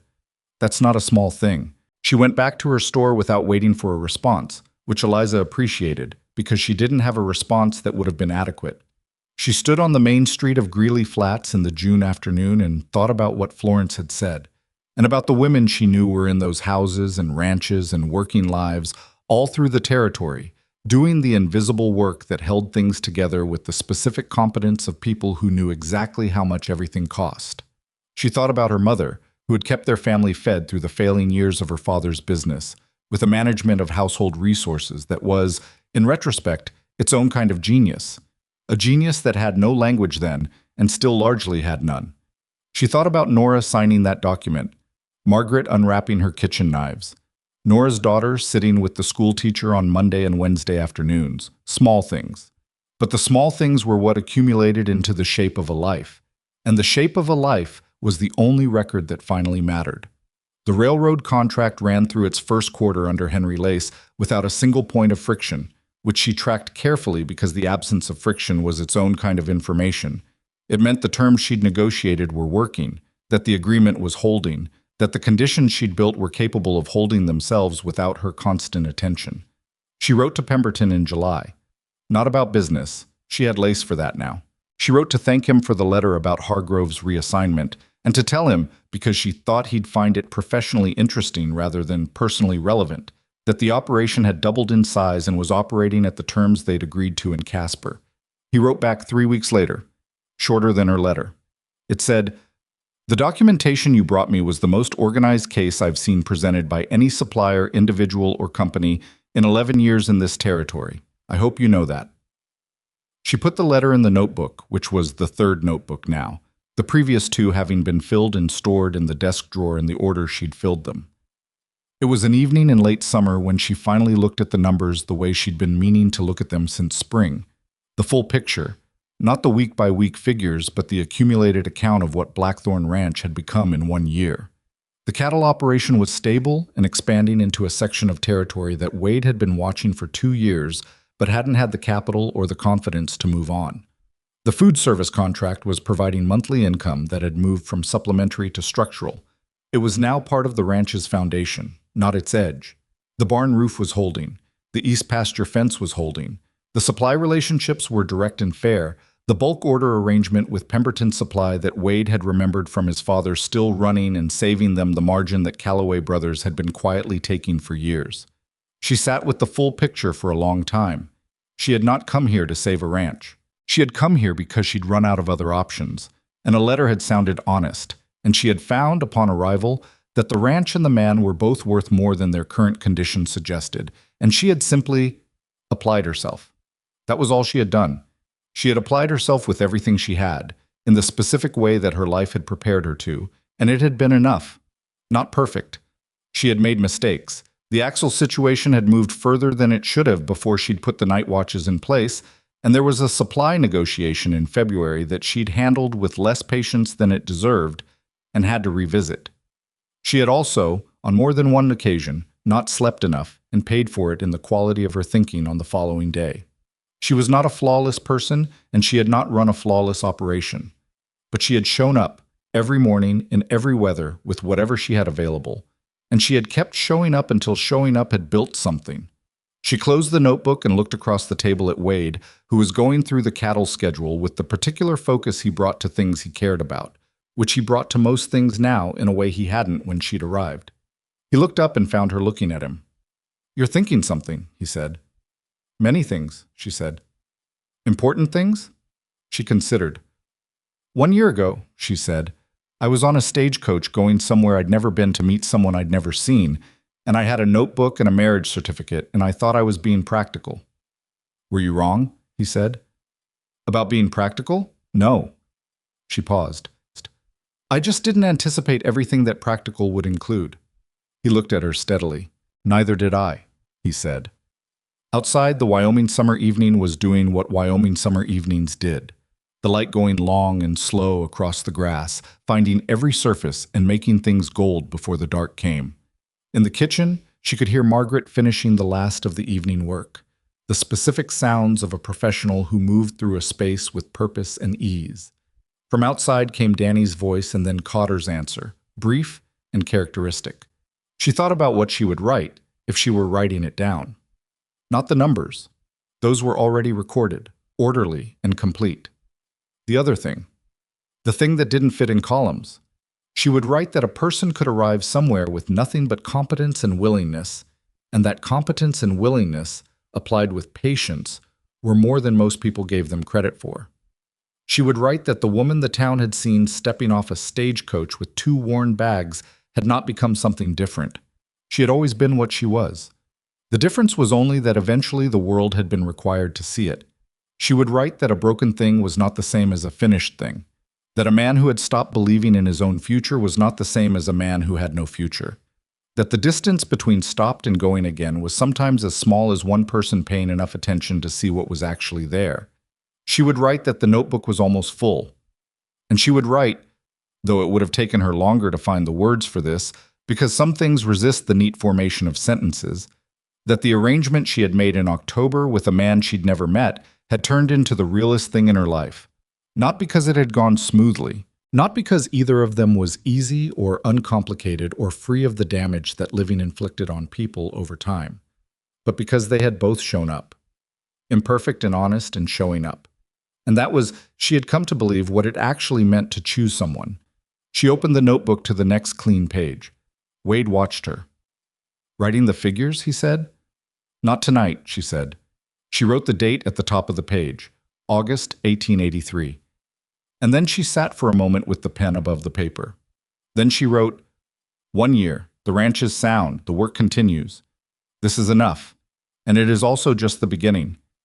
She capped the pen and closed the notebook and looked out the window at the Wyoming summer evening, at the light going gold across the land that she had come to know, the way you know a place you've worked in every season.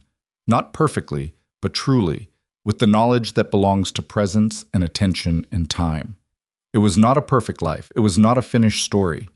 There would be hard winters ahead and supply problems and the ordinary human difficulties of 2 people building something together that neither of them had the map for. But the ranch was sound. The people in it were trying. The work that needed doing was being done by people who cared about doing it. That was not nothing. That was in fact everything. The everything that people spent their lives looking for in larger and more dramatic forms, and so often failed to recognize when it appeared in the plain and everyday shape that it actually wore. Eliza Whitmore had arrived in Wyoming with a notebook and a practical mind and the refusal to be less than what she was. She had not conquered anything. She had not defeated anyone. She had simply worked and paid attention and refused to leave, and in doing so had turned a struggling ranch into a living one and a practical arrangement into a real life.